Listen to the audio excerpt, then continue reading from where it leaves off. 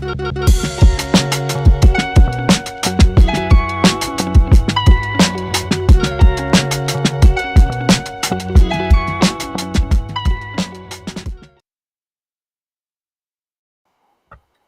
welcome, welcome, everybody. It's your girl Delores, just a pink girl in her pink world, here on YouTube with the good brother J News. J News, do you got something to tell the good people?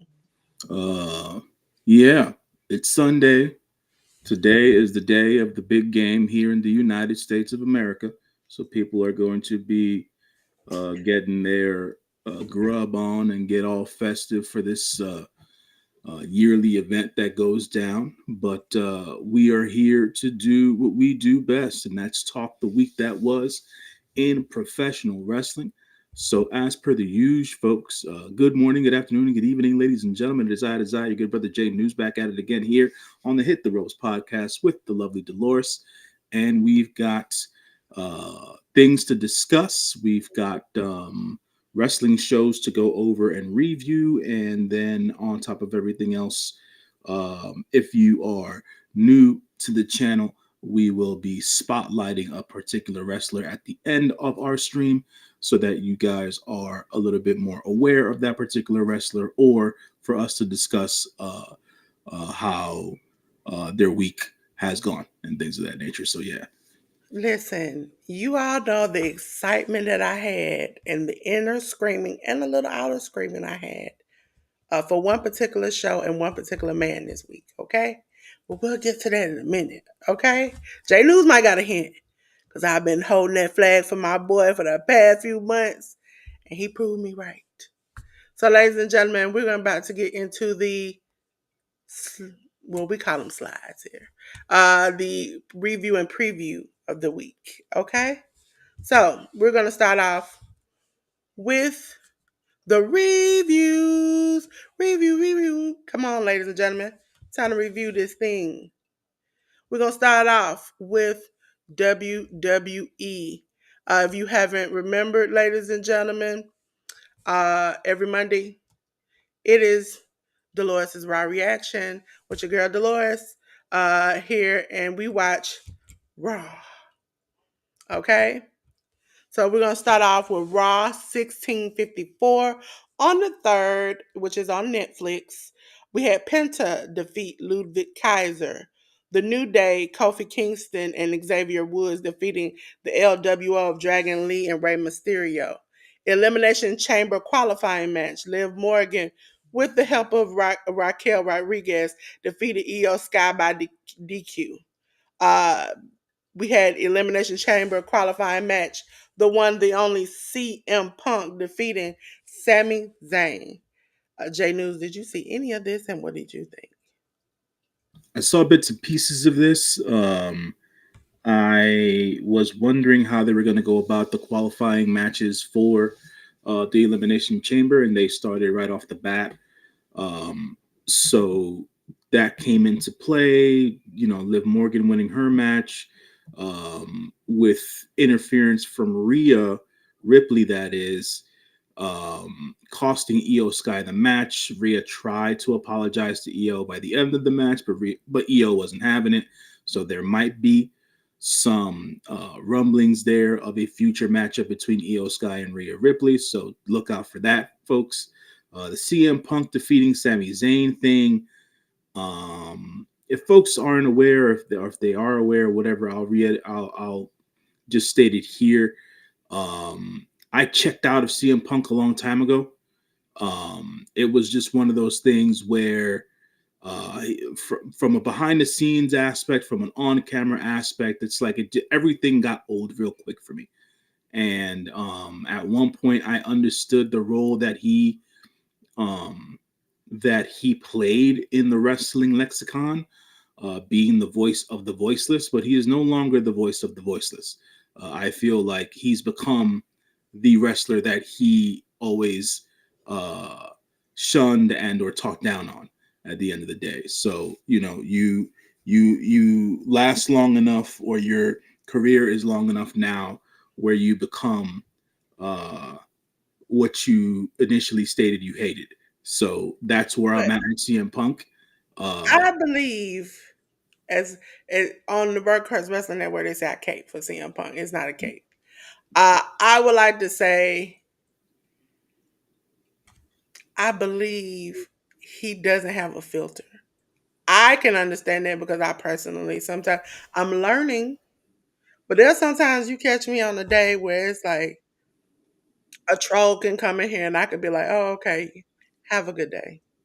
And then you catch me on other days where the filter is off and I'm like, bump you, blah, blah, blah, blah, blah, blah, blah, blah, blah. But that's because that filter is on go. And when describes his childhood, describes his experiences with people, he has this, which I can understand, the don't trust anybody attitude. I I mean, I can say it, but I can't trust you to listen. All I wanted to do was I talked my smack. I was gonna get married. I got fired on my day. You know what I'm saying? Then I decided to tell my truth. I get sued for it. My friend then lets a lie would just it went on for decades. You let a lie go a long way. Even when we stop being friends, you let this lie go around the world 29 times. And then one day I decide, hey, I done had about enough. And I tell the truth and I'm wrong in this situation. That's where people I think don't understand is that there's a certain point where he did sometimes abide by the rules and do the cordial thing, but then he stopped being cordial, and that showed more light than it did him being quiet. There are times where when he left AEW and got fired, he was just like, "I'm not gonna say nothing. I don't want to talk about that." They kept talking. They showed the footage. He started opening his mouth. I think at a certain point, when he's quiet, stop kicking him. He'll keep quiet. When you keep, poking and poking and poking, he then says something, that whole take his ball and go home and stuff. It irritates him to the point where he's like, okay, I'm going to say something. And the hangman situation, when you look at it, had to do over something he believed that was not clarified. mm-hmm. Because in the end, when CM Punk stood on that stage, he said, I have proof. I got emails and messages. I got this and that. He slapped it on the table, and still the person involved did not say, hey, yeah, this happened. I was hurt and my friend did this, but I didn't clarify. I did not clarify. I let it just go around. And then I believe he had a conversation with the Young Bucks and Heyman and Page, because you can't let this lie go this far to your bosses. And your bosses are mad about this lie that and there's a fight. At least to clarify it after the fight. But no, you let stuff keep going, you let stuff keep going. And I think there's a point where even when Kenny kind of was like, I reached out to him, we had a conversation, da da da. What Kenny was like, somebody got to be the bigger person in this. Somebody got to be the adult he claimed wasn't in the room. But that's the key. That's the key in everything you just explained, Dolores. Somebody's got to be the bigger person. He's never been the bigger person. He's not gonna do that, especially He's when he's petty.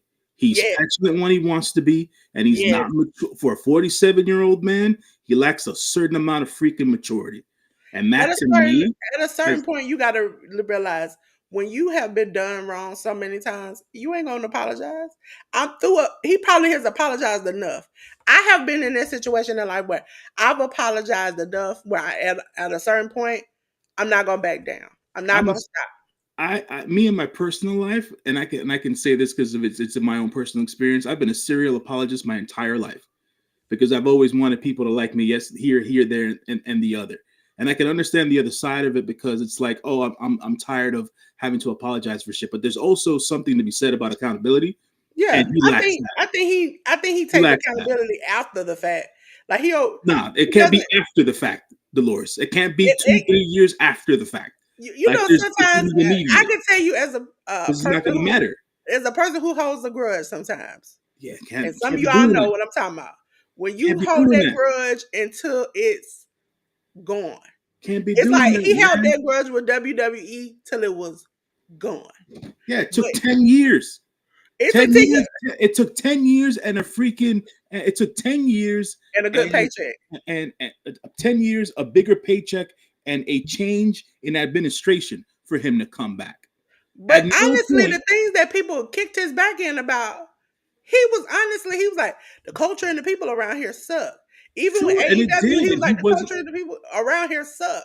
he And wasn't wrong about it. But at the end of the day, it it's the way makes he him. It says it. is the way he says it, and on top of everything else, after the aftermath of everything, waiting stuff out at times and whatnot. Like I understand it can be the more strategic move and this, that, and the third, but it's like, dude is just old at this point. It's The only thing old. I wish would regret is now we doing this. He left us. He left us, and he I never. don't I don't My think thing about that's. it. No, when Seth said you took your ball and go home. I mean, that's No, he stupid. got fired. Are we skipping the fact that this man got fired? That's storyline crap at the end of the day. But for me, um, it Seth just Seth has said in personal interviews mhm, he truly feels that way. He says I reached out to this man. he did He did not absolutely, respond back to me. yeah. And I feel like he took his ball and went home. And at that point, when Seth keeps saying he took his ball and went home, I'm like, sir, he got fired. Where was he supposed to come back and just sit in the creative Yeah, room?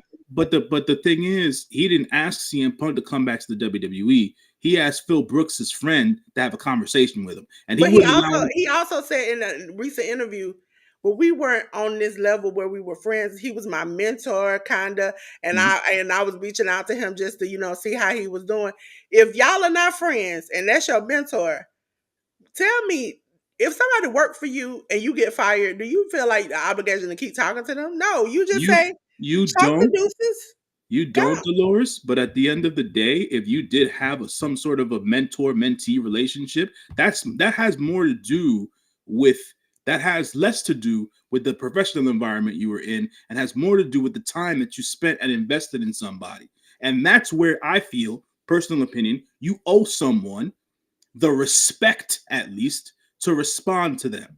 Don't be a dick about it Listen, and I go worked at off a the company freaking for 10 plus reservation. years, and literally we could see people in the street and I'd be like, I don't know you. Let's keep it moving. Because the thing about it is some people, and I can say for me, could be the Gemini in me.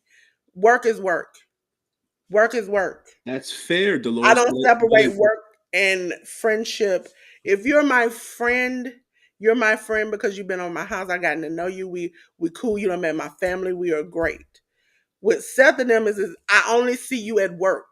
And Yeah, so when I no longer work at that job, I no longer want to see you in my life. but you have to. I think there's a differentiation here because it's not all black and white. There's too much gray in the area. Wrestlers in the industry that they're in, it's not just work. They spend so much time with one another. You can't the separation between the two, as you can see now in 2025, where wrestlers just marry wrestlers, right? Which that wasn't even the case anymore, right? Using that as a correlation, you spend so much time together. That's not just work anymore.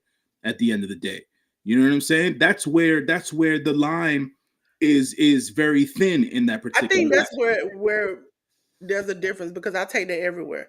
There are people who I know, meet, have conversations in chats Mhm. that are chats. I would not be the first person to be like, they're my friend. I see them every day. We speak. Hey, how you doing? How's your kid? How did your plant go? How does it? We're not friends. On the other hand, me and Ruby speak each other in chats. Me and Ruby talk on the phone. Mhm. Ruby has my mama's phone number. Mhm. We are pet. I know her mama. You know what I'm saying? We are friends.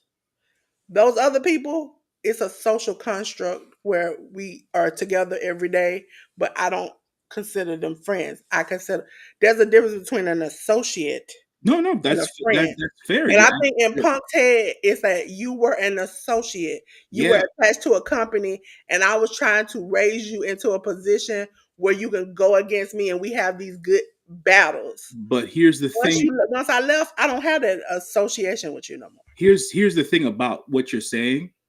When it comes to time investment, there's a big differentiating factor between the associate and the friend, right?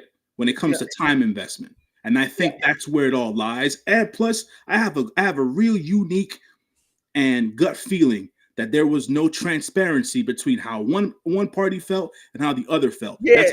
That's how falling outs happen. And that and I will uh end on that side. I've just at this point And then also, um as a grown adult, you have to take responsibility.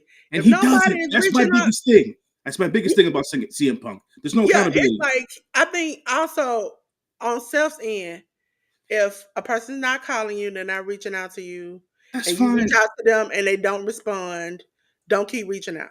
No, and mind you, like he said, he stated in an interview he didn't, and all that stuff. Because I think all of us as human beings have gone through that whole rigmarole, whatever the case is, and It's like you have to treat people like a girl, or boyfriend, or girlfriend, or whoever. You that have shit to. is You that shit reach is out. annoying. If they ghost you, don't keep calling them. That shit Listen, is I've annoying. I've had that experience where I'm like, okay, I don't want this. I don't want to see you. It was a nice day, great. And they calling your phone. They calling your phone. They calling your phone. And you like, did you not get to hear when I said I don't want to speak to you? Like, what part of this? What part of this But, was not clear to you? but Okay. Dolores, be like here's and we'll get to the next point after the fact. Sometimes the other person doesn't tell the other person, I don't want to speak to you. They just cut off communication altogether. Actions speak louder than words sometimes. Actions speak louder than Yeah, words but sometimes. that's where the communication part of it comes into play. If you're a shit communicator, I can't help you Yeah. in this case, and that's CM Punk's problem. That's my That, that's that that is his problem. He does that's have a my problem personal with opinion. communicating with people. Yeah, It's more he waits, and I can tell you as a Gemini, it no, happens to me. You wait till it swells up, not that. explodes, and then by then it's too late. Even with that Jack Perry stuff, it's like the moment he looked at Tony, it was almost like he was trying to communicate to him, stop this. And Tony sat there, and then when it escalates, and to me, and this is why I tell everybody who has that argument, if somebody walks up in your face in the street, I know good and doggone well I ain't gonna give you a chance to hit me. That's not gonna happen. So once you and he doing all the flicking of the hair and stuff, to from where I'm from, that's disrespectful. So at that moment, you're losing some of your 32 teeth. And at that moment, I think most people don't think of that way. They just think of this is wrestlers, these are two wrestlers, but they two human men and they talking to each other in a not nice way. And you come in my face, this is what's gonna happen. Right. That's and yet again, that was a scenario, and like I said, that and that's a fair assessment of everything. A lot of that could have been avoided, and that's where and yet again, it's not like I'm a CM Punk hater and I'm gonna like trash the dude. There's just stuff about how he handles things I mean the that dude can be I don't agree a with.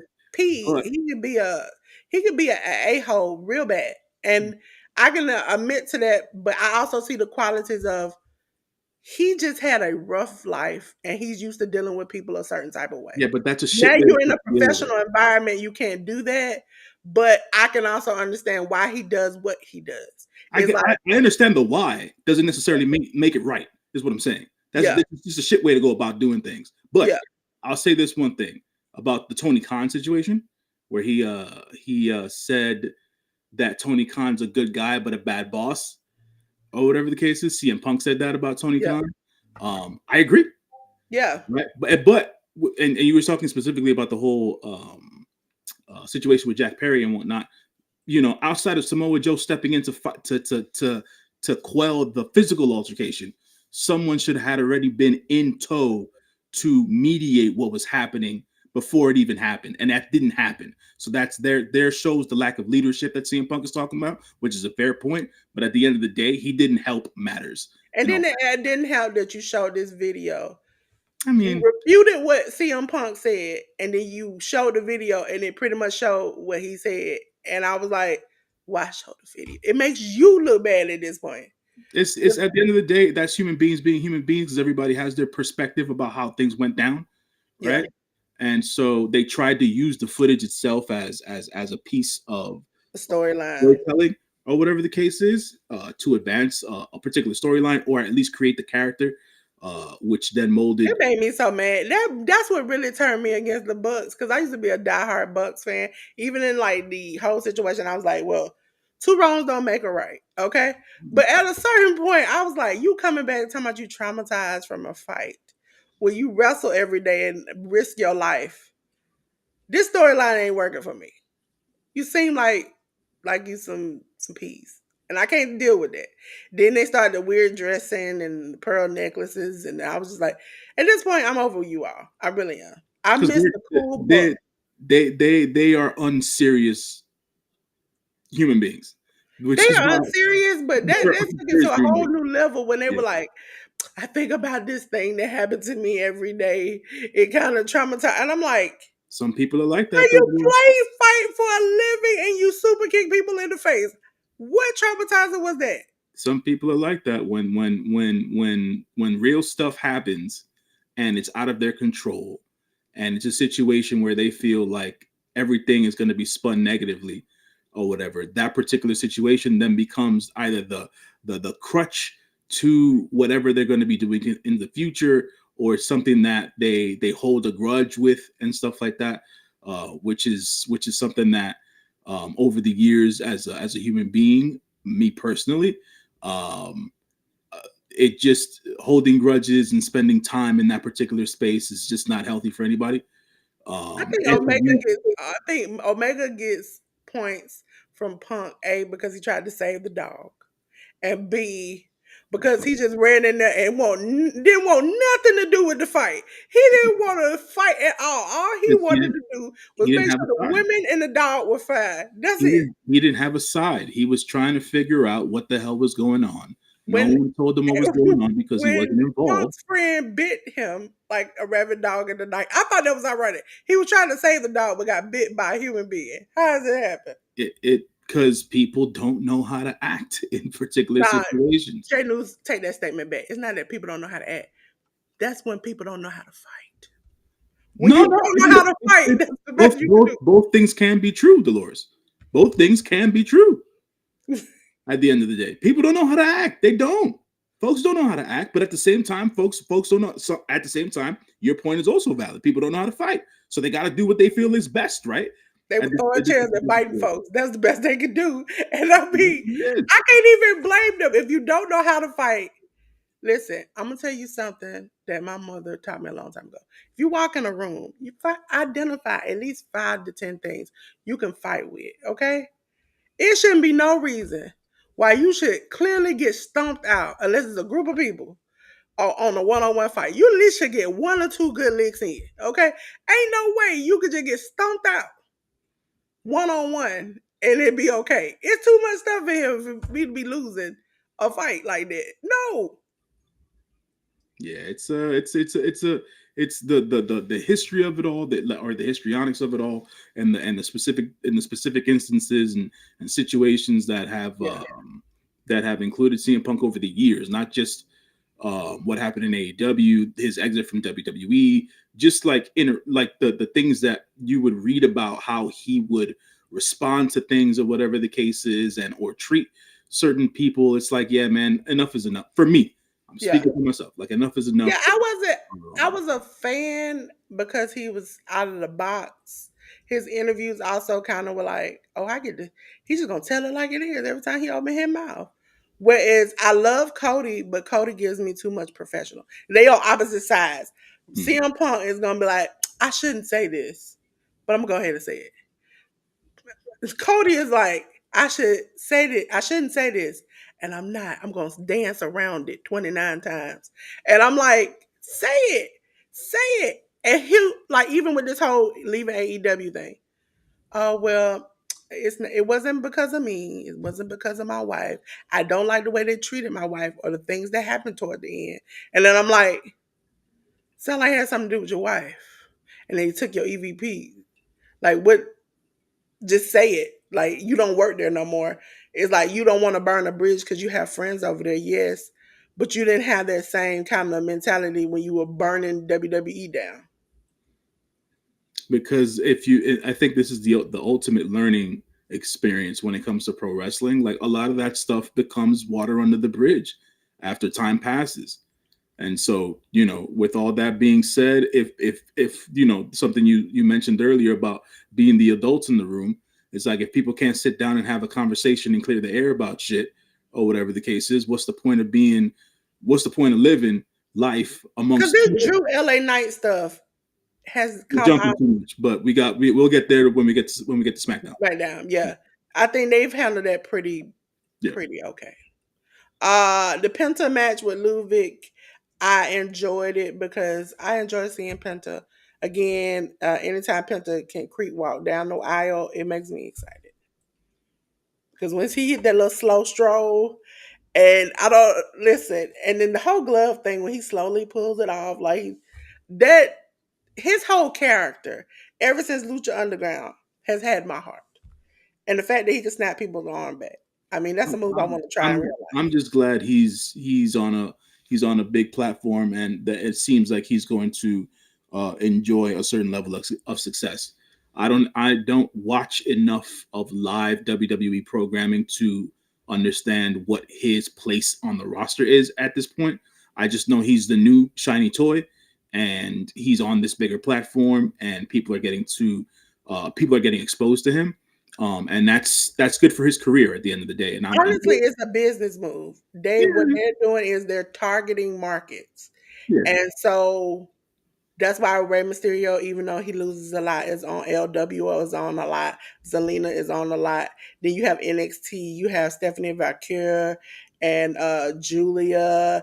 They're hitting certain markets and they're bringing even with running the Mexico shows they had Hmm. for like those couple of days. That's something that they did, but they didn't do it like for a week or two back to back.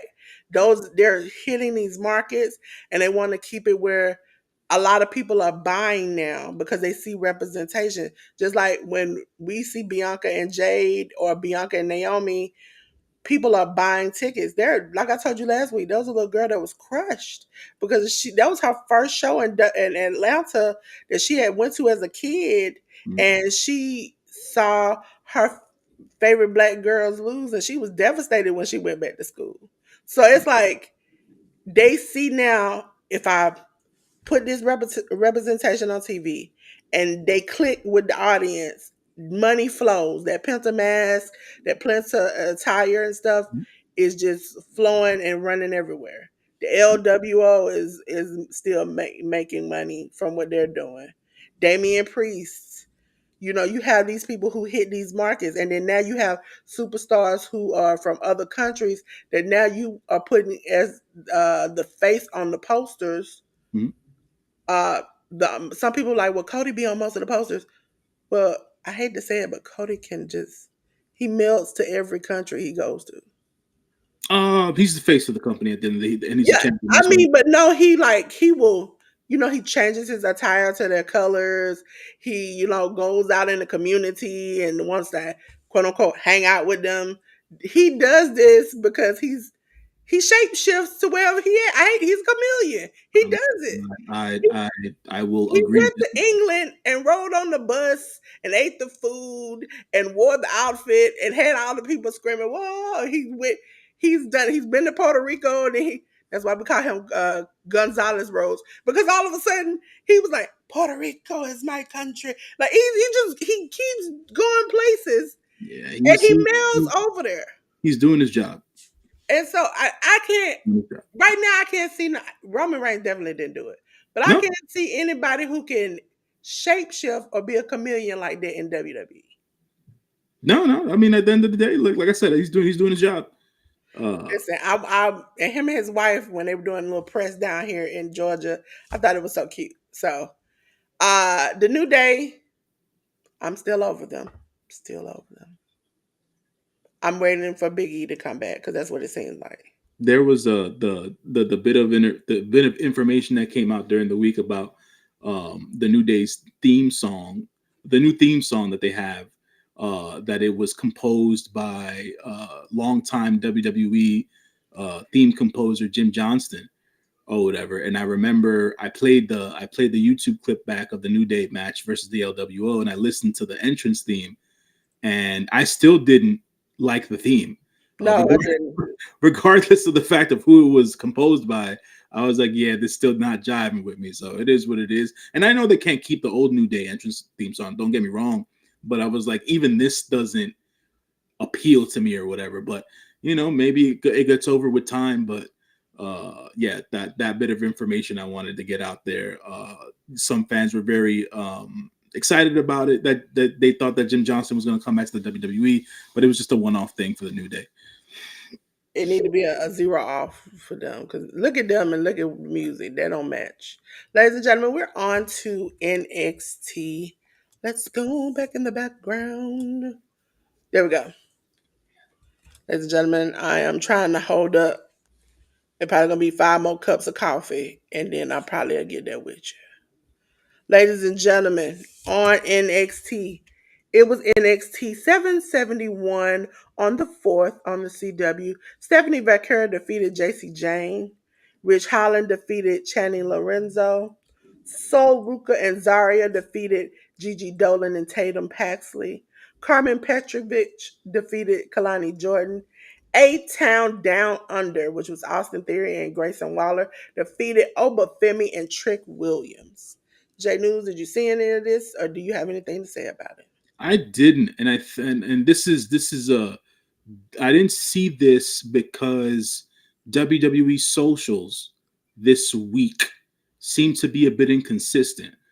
Specifically when it came to NXT, there wasn't a lot of feedback and or projection or exposure of this week's episode of NXT online. And I was wondering really as to what happened or why it happened. So there's that main reason, because I don't ever get to watch NXT live on the CW. So I'm glad that the ladies are still holding it down at NXT. Because as you can tell, out of the 5 matches that were on the card, 3 of them had the women. Yeah, the So women's division is good there. I would say they need to keep it up. Shawn Michaels is doing a good job with the women. The men, it seems like we're just gonna throw some stuff together and we're gonna figure that out. yeah, it's But the for those who don't know, we did have some cuts in the main right. roster, and Yeah, we'll get through that by the end of the WWE stuff. yeah. So, ladies and gentlemen, that was an okay show. I'm not gonna say it was the greatest. I'm not gonna say run back and go to see it, but it was okay, serviceable, as we say in our thing. Ladies and gentlemen, SmackDown. Yay, we're on SmackDown. SmackDown was, yes, on the 7th. It was 13:29 on USA Network. We had an elimination chamber. Sorry, qualifying match. Bianca Belair defeated Piper Niven. A non-title tag team match. Pretty Deadly defeated DIY. We had an Elimination Chamber qualifying triple threat match where Drew McIntyre defeated Jimmy Uso and LA Knight. Carmelo Hayes defeated Akira Tozawa. An Elimination Chamber match, Alexa Bliss came back and defeated Candice LeRae. And last but not least, Cody Rhodes and Jey Uso defeated Jacob Fatu and Tama Tonga. Yeah.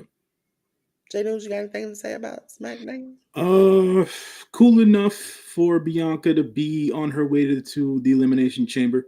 I figured that was a specific way they were going to go.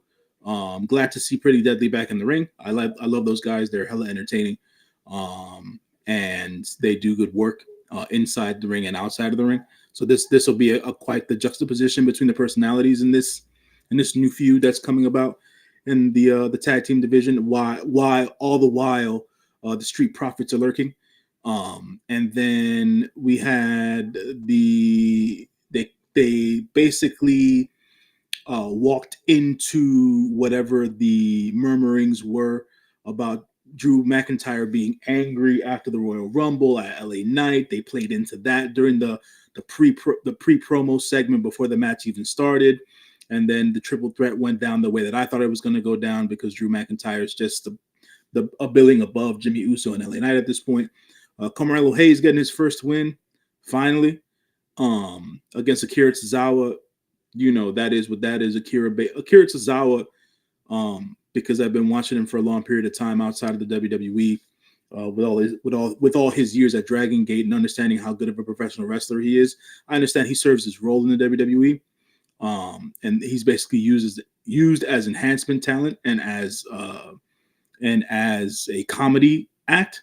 The the role suits him and everything else in between. I would just like to see more for Tozawa in the long run. But I get what they did here for Carmelo Hayes, because Carmelo Hayes, they have a bright future and plan for. So that is what that is.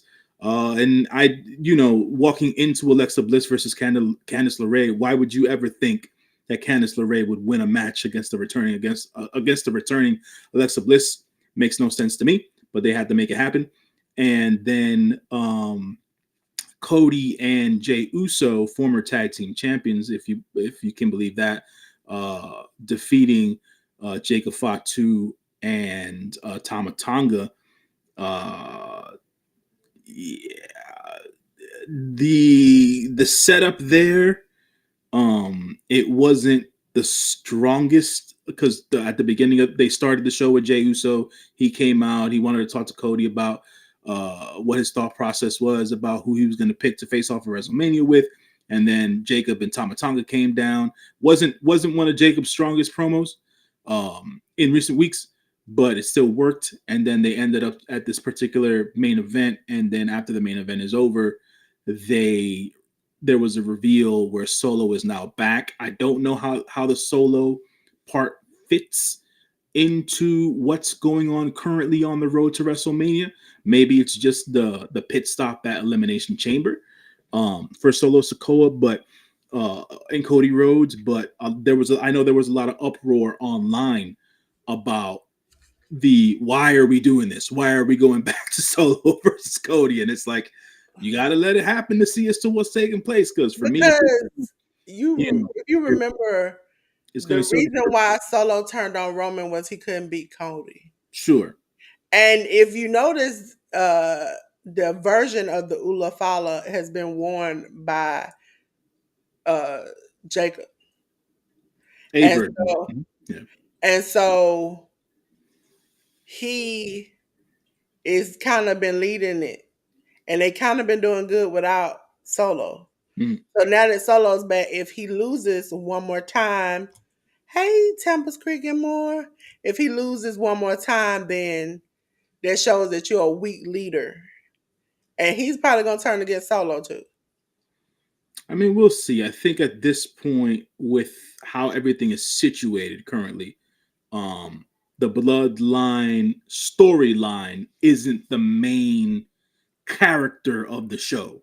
So that's why, especially walking into WrestleMania 49.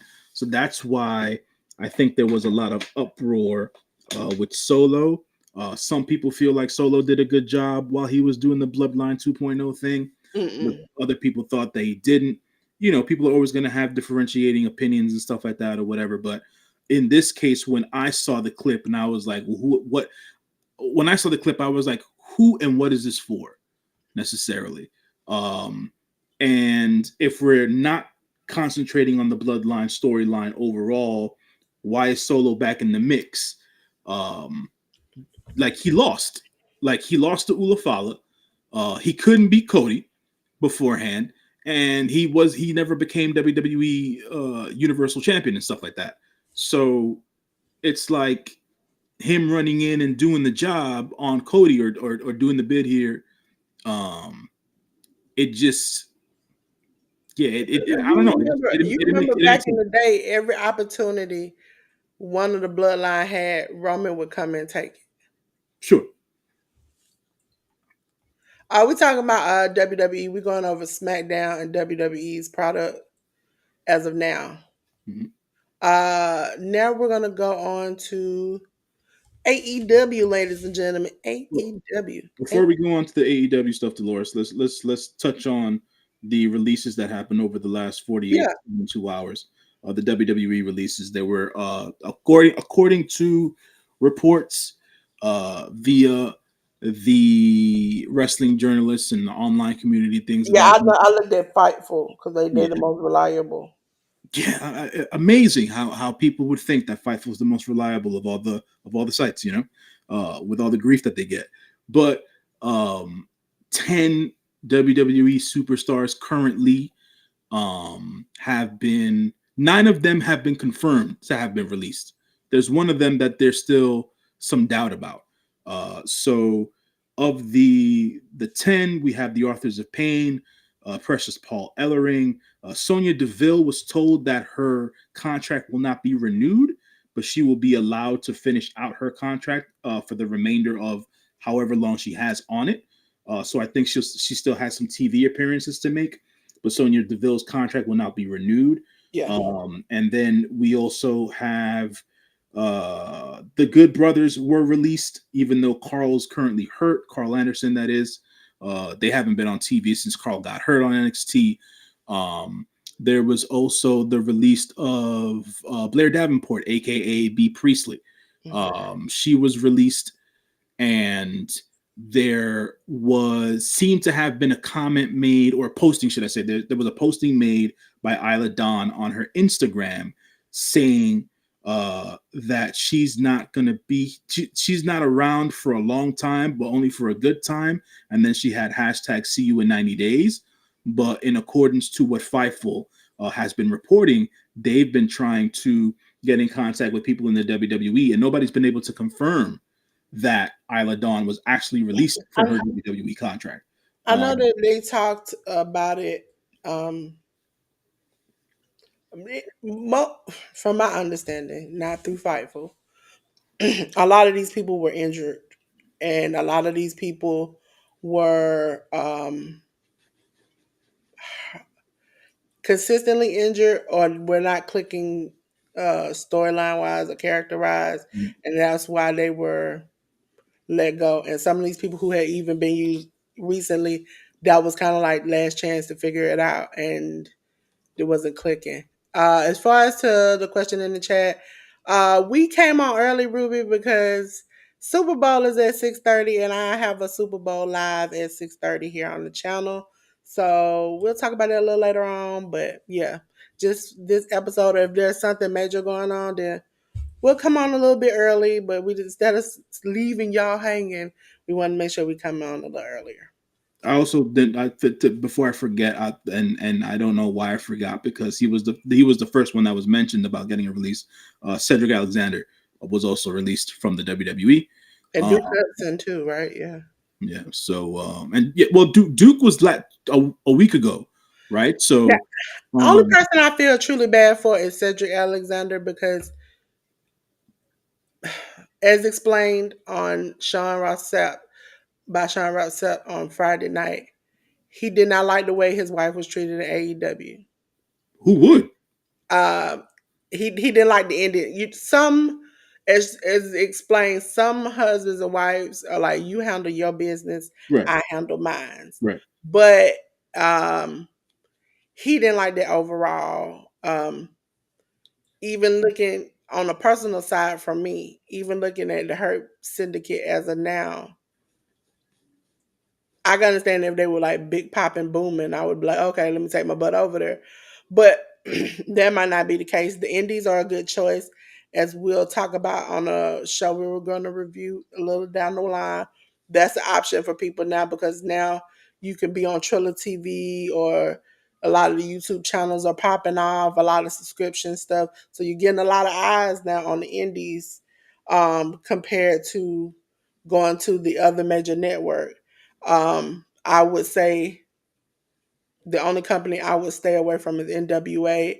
And even though I love them, this whole Eric Bischoff running MLW does not work for me. I would want to say this, just as I would when we were talking about the CM Punk thing, and there being adults in the room, Yeah. right? When it comes to Cedric Alexander, immediately reports came out where the things were said where there are going to be several people in the AEW locker room to push for Cedric Alexander to be signed at AEW. If that is to be believed, yet again, this is all speculation, it's all rumor. If that is to be believed, to Dolores's point, obviously Cedric Alexander not liking as to what the outcome was with what happened with his wife and everything else in between. If that is the case, be the adults in the room. Is all I have to say about that. I Be the think adult I in the don't think room. Cedric would accept anything more than a public apology because Tony Yeah, Khan like I publicly said, disrespected. be the adults in the room. However you settle that is however it needs to be settled. If the choice and outcome is to be Cedric Alexander being signed to AEW, if you feel he's going to be that much of an asset, then be the adult in the room, clear the air, do what you Tony. need to do in order to clear the air, I and think then that's where Tony and CM Punk are both the same people. When they petty, and they ain't gonna let up off they petty. we'll see, because at this point, right, he's the boss, right? Like I said before, but somebody needs to be the adult in the room. And if it Yeah. takes those three gentlemen who did team with Cedric Alexander to be the adults in the room, Yeah, and because then it has Bobby to, Lashley had already explained in the interview that he would like Cedric. He think he's misused in WWE and yeah. would like him to come over. So But that it's the fact that you mistreated and publicly disrespected his wife at the end of the day, and made it seem like she was the problem. And essentially, she had to spill her own tea. Like, you wanted to smoke with us, you wanted to have a good time with us. And she had to spill her own tea, even about her health and about her uh, smoking habits or whatever. it's And just it kind of counted necessary against for her her a little disease. bit. Yeah, it's Huh? necessary. It's necessary for the pain management of her disease. Yeah. It's not something that But she does. but as far as like that was something she kept privately. But once Understood. Tony disrespected her, she was like, "Hey, but you the boss who wants to smoke with us and have a good time with us and do all this stuff."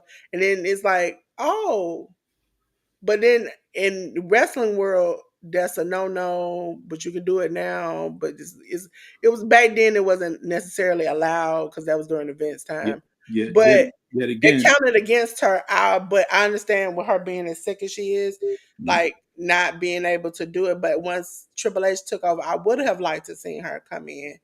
And but we're because yet again the point I'm trying to make, and that's a fair point, but I don't think, to be honest, and me watching her wrestle over the years outside of AEW as well. I think he could do good work of wrestling. I don't know if you know that Ashe Wrestling is now doing their Right. YouTube where they're showing the Mhm. episodes and they're getting a lot of more people. Mhm. If you all go to Workhouse Wrestling Network, there are a couple of episodes when they first started. I think around the first episode they had in North Carolina, CM went and she was like, it was packed, it was fun, Yeah. me, and so I think that might be a good option for him to do because He'll do that because it's close to home at the end of the day. yeah. So that's a thing. But I just wanted to say, um if it's going to take a a community board of people to build the bridge and bridge the gap between whatever happened, and let bygones be bygones, or hash it the fuck out and move forward, get it done, if that's what you want, if that's what you want to happen at Yeah, the and end. plus I think Swole is the type of person if they offer him enough money, she can be like, do what you have to do for you. Personally, That's fair, but I the way think, he disrespected. If that was my mate, I would never be able to do it because it's like you tried to humiliate and disrespect and try to belittle my wife and her talents, and you gonna have to either say that publicly, you sorry, or I can kick you in the face, and either one of them you can choose. yeah, And no, like, to your point, like I said, they're gonna have to build that bridge and bridge that gap, however they need to do it, if the final outcome is gonna be him getting signed to AEW. yeah, and AEW had since we were getting on to AEW, they had a release, but it was due to the person having Yeah, domestic that's violence. yeah, that's a different animal Yeah, altogether. they had a domestic violence case. And so after that, I mean, but it's been like a little uproar on the internet for people who don't like AEW. And I'm like, What does that have to they're do with like the company? because It's got nothing to some do with people the are company. going back to like um some issues with Darby and some other people that they've had. These And are so personal issues. These are personal issues for these people at the end of yeah, the day. Understandably and, so. Yes, they work for AEW, but yeah. AEW did not go make them do what they did in their personal lives. Yeah, Let's get and that so clear. it's not about them doing the personalized. I think what they're saying is you fired this man because he had this thing, which he did because his Mhm. tag team partner even said Sean reported on live Friday that when he contacted his tag team partner said he had been in contact with the victim Yeah. and that he felt bad about what happened. And that his partner deserved what he got. Yeah, and I mean, look, at the end of the day, he deserves what he got. I think the reporting of it, and this is not coming from Fightful. When I saw the reporting of it all, um, He wrapped it his hands around her throat. no. I'm not getting into the details because that's unnecessary.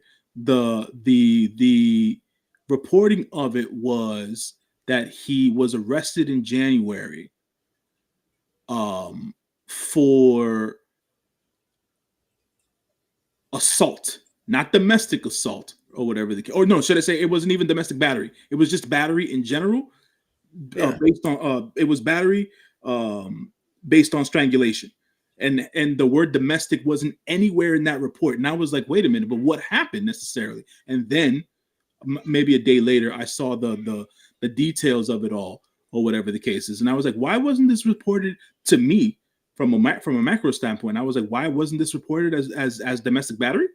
I don't understand. I don't understand. Because it could have been when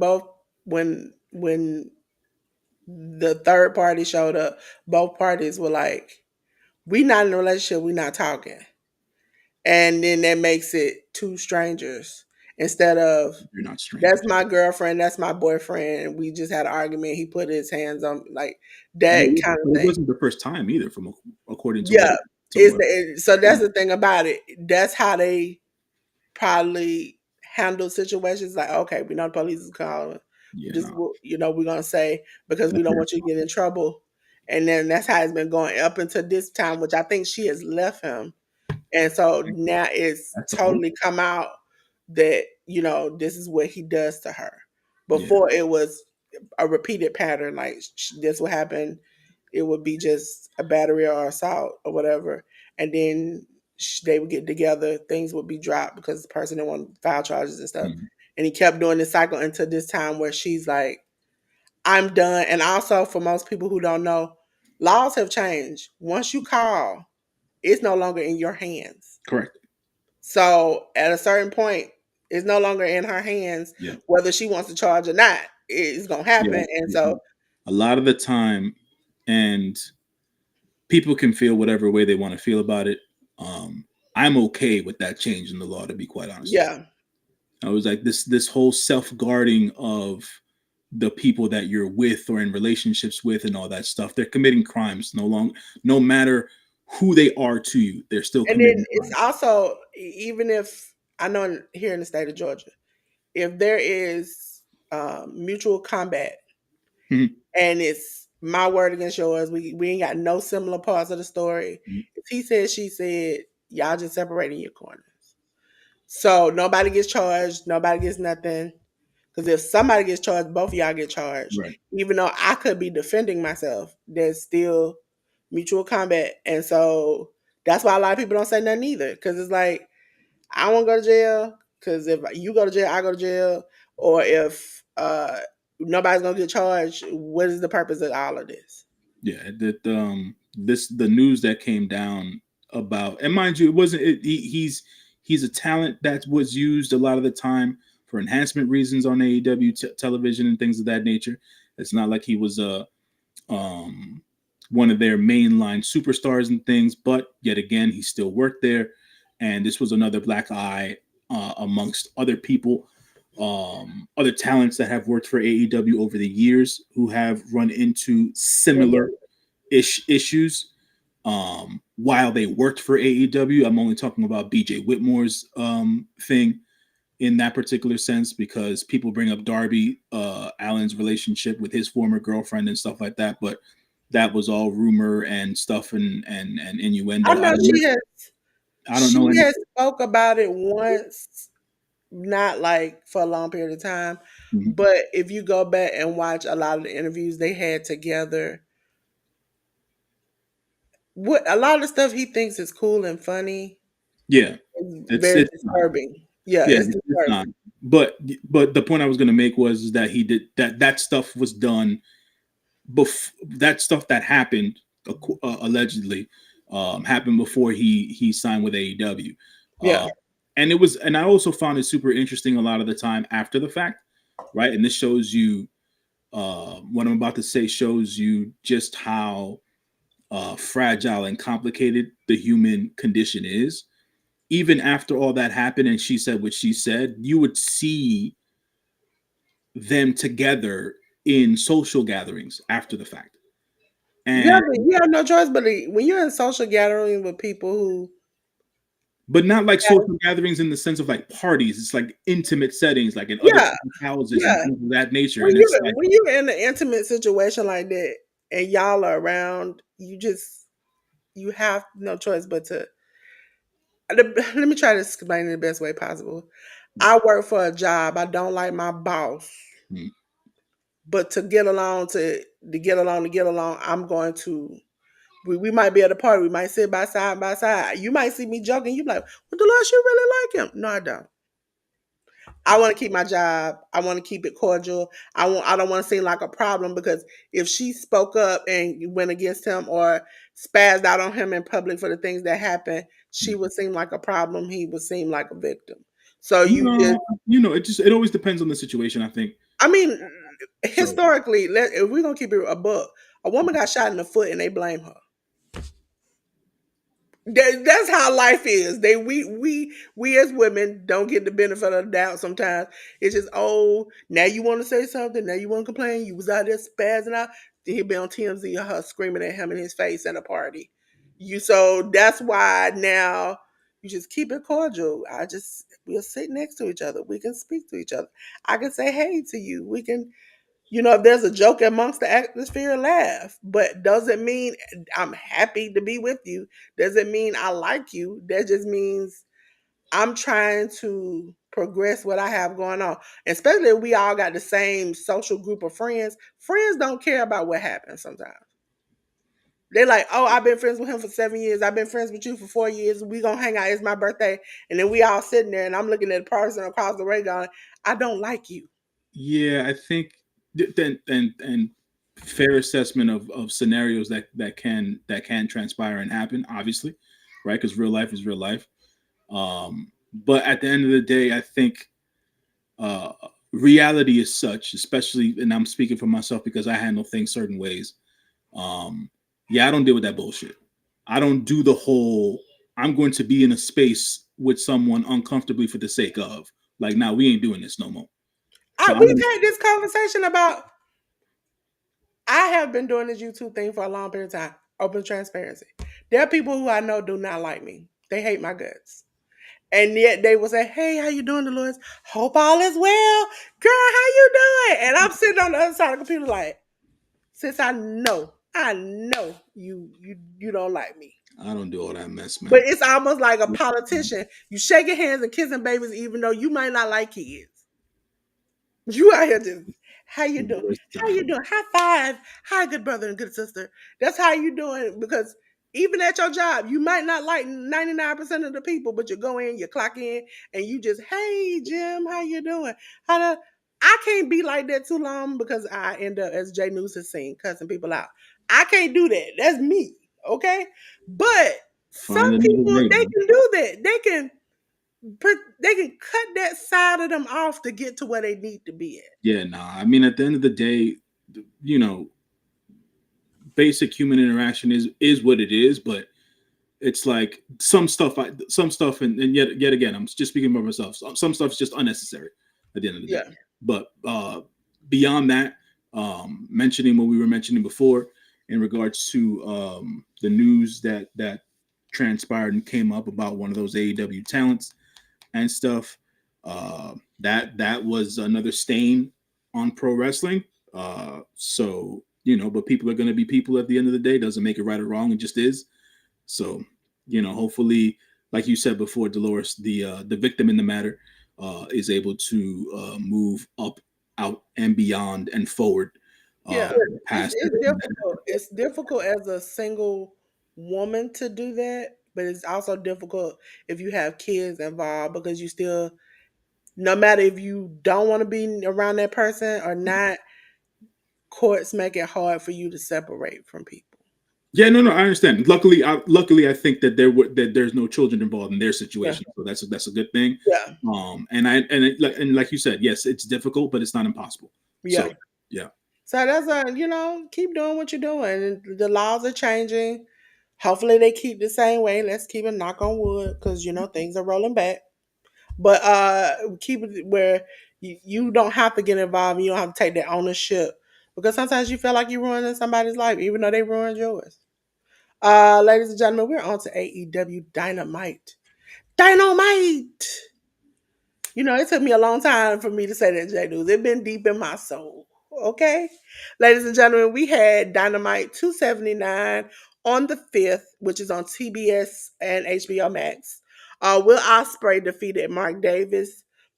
The Don Callis family, Konosuke Takeshita and Kyle Fletcher, defeated the Hounds of Hell of Brody King and Buddy Matthews.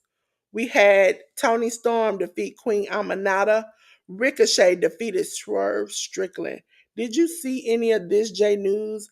And what did you think? I saw this live. I thought that this episode of Dynamite was great. Will Ospreay versus Mark Davis was an awesome match. The Hounds of Hell versus the Don Callis family was an awesome match. Big meaty men. So they did that. Tony Storm had another performance of a lifetime during her match with Oh Queen my God. Amanda. And she was double cheeked up. Okay. Yeah, it. I think She made sure them shorts were extra short. to be quite honest, I felt like she actually wore Mariah's gear. She Is what did. I felt She did. She did. like. Except for Mariah can't fit it like that. Yeah, so She did. that's that part of it. But I thought it was tremendous because she was actually able to mimic a lot of Mariah's move sets. She did it. She did it a little extra though. The finger in the mouth when she stuck Oh her yeah, finger. yeah, yeah. Girl. She was being extra with Okay, that. sis, you doing Yeah, it too much. but it works because she's tremendous. She has great comedic timing, and obviously she's a tremendous professional wrestler and stuff like that. And her to be able to copy and reproduce Mariah's in ring moves and stuff like Oh, that, and and then with the sliding across the ring ropes and her yeah, leaning forward. I was like, listen, it was fun, and mind you, it was a good shot for Queen Aminata as well, yeah. because she had another match against Tony Storm, and she looked good at the end of it all anyway. So cool for them to have that going on, and yeah, that was that. And then the Ricochet continues to evolve and transform himself into quite the character. With this feud with Swerve Strickland and stuff like that, and there's a lot of nuance in the building of the character, and him having his reactions to certain things. We'll talk about it when we get to collision as well. What Ricochet did there and his spot on Defy, because we have Defy on the card as well. So yeah, man, I think the work that has been going into the development of Ricochet's character, between being involved with Swerve and I, I don't know this for sure, but I just from the trend of it all, I have a feeling that Will Washington has his hands a lot in what's been going on with Ricochet and Swerve Strickland. Will Washington being one of the writers over at AEW. So cool for them to be able to progress and build Ricochet the way that they have been. But yeah, I just wanted to mention that about Dynamite. Ladies and gentlemen, we're on to Ring of Honor. Ring of Honor was Ring of Honor 102, which is you can find on ROHWrestling.com or their app. Ladies and gentlemen, Blake Christian defeated Adam Priest. Griff Garrison and Preston Vance defeated Eli and Gabriel. Lee Johnson defeated John Davis for the ROH Women's World Title Proving Ground match. Athena defeated Carolina Cruz. Sammy Guevara defeated Mansoor. ROH Women's World Title match. Red Velvet defeated Robin Renegade. The Outrunners of Truth Magnum and Toy Boy Floyd defeated the Grizzle Young Veterans, James Drake and Zach Gibson. The Dark Order, Alex Reynolds and Eva Uno, the premier athletes of Ari Davari and Tony Nese. J News. You want to highlight anything on the ROH show? Not necessarily. I think they're. I mean, the only thing that spoke to me, yet again, AEW even this week had quite the issues with spotlighting stuff on the socials when it came to ROH TV this week. So the only thing that I picked up on was Athena's return and her interaction with Billy Starks and things of that nature. So they're still continuing with that particular storyline there. Um, I didn't see Lexi anywhere near ROH. Lexi Nair, that Oh, is. is it new or is it old? The things from the Jericho cruise. That's new because that happened this week. Yeah, yeah. She was there because uh what's his name? Bald Big Bill. headed. It was in the Jericho alliance at first. The learning tree. What, Big Bill? No, black. He he does the Macho Man. Oh, Jay Lethal. Jay Lethal. Jay Lethal got down to propose to her as the Macho Man, and he kept calling her Elizabeth. And then the referee leaned over, like, she get married to Big Bill, and he was like, Big Bill. And then he got up. He got up and was like, "Nah, nah, leave the ring. I don't want none of this." He he went from Macho Man to a regular black man in 2.2 seconds when the referee was like, "She get married to Big Bill." He was like, "Big Bill, hold on, wait a minute." He got up off his knees. He was like, "Hold on, you have to get out the ring. You have to go. I don't want none of that." I said, "Okay, yeah. See, But yeah, most of them that you don't see are on the cruise."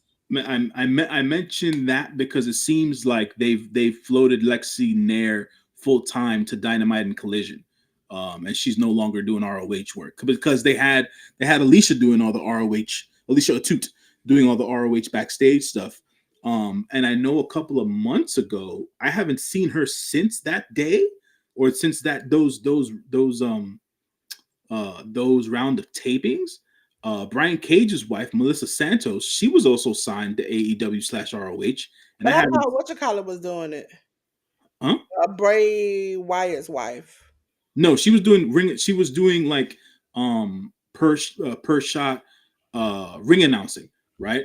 Yeah. But I haven't seen. I thought, and she wasn't signed to AEW/ROH proper.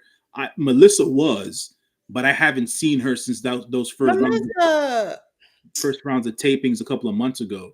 I don't Um, know if you know, but Melissa, how can I say that in a polite way? Melissa's mouth too slick, and then she constantly getting people in trouble. That's why she really hasn't had any opportunities.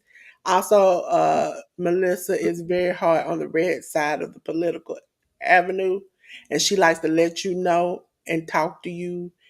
Talk. Some people you can talk to. Some people talk at you. Some people talk down to you, mm. and that's her opportunity. Oh, I wasn't aware of that. So thank you for Yeah, informing me about and that. because she's also got him in trouble by running her mouth and saying things. That I've been aware of. That I've been aware of, but I didn't know, the political stuff and the leaning stuff and all that. I wasn't aware of any of that. Yeah, But I know before she has said some things which has affected Brian in an immediate moment. But so she's a good announcer. It's just yeah, because her mouth. And she was that's just like what's her name? Is it Shao Guerrero? yeah, Eddie's daughter, one of Eddie's Yeah, daughters. yeah. Her mouth too, and her political things too have caused people to. And then when that whole incident with the other daughter came out, that made her look even worse, and nobody wanted to take a part of that. Yeah, that's rough. But yeah, I was trying to mention the backstage hands because a lot of the times we don't give credit to the backstage interviewers and how they make the shows flow. And I mentioned Lexi because she was such a big part of what ROH was doing with Athena and everything else and other acts as well. But it seems like they've just shifted her to prime AEW stuff. Yeah, because she, Um, with her being, they try to keep couples within the same area. mhm, So Big Bill is since her and Big Bill, which I've heard her mention that she wants to like settle down, get married, have kids. That's the opportunity on the top tier of the where you can do those things and still you have a lot of people who can guide you through it on that level than down below. Because you got a lot of indie people, a lot of new people who haven't experienced that type of like working parent life. Mm. So that'll work out good for her. Ladies and gentlemen, we're on to our last AEW show. Collision, ladies and gentlemen. Collision was Collision 80. It was on TNT. The Undisputed Kingdom, Adam Cole, Kyle O'Reilly, Roderick Strong, defeated Angelo Parker, Daniel Garcia, and Matt Menard, along with, they also beat the Shane Taylor Productions of Charlie Bravo, Shane Taylor, and Sean Dean. Bandito defeated Brian Keith. La Faction, listen, let's get it right. La Faction Ingoranabe, Jalistico Rouge, and the Beast Mortos defeated Alexander, Brick Savage, Jay Alexander. Dustin Rose defeats Easy James. Thunder Rosa defeated Penelope Ford. In a non-title match, Mariah May defeated Shay Carmel. Carmichael. Mm. Uh-huh. Kyle Fletcher defeated Mark Briscoe. Listen, when Shay got beat like that, I was like, should I really learn your name? Should I? No. Jay News, how did you feel about last night and what happened? I thought last night's episode of Collision was great. Yeah. They started off really, really hot. That triple threat, whatever 6-man thing. That match was crazy, and it was a lot of fun.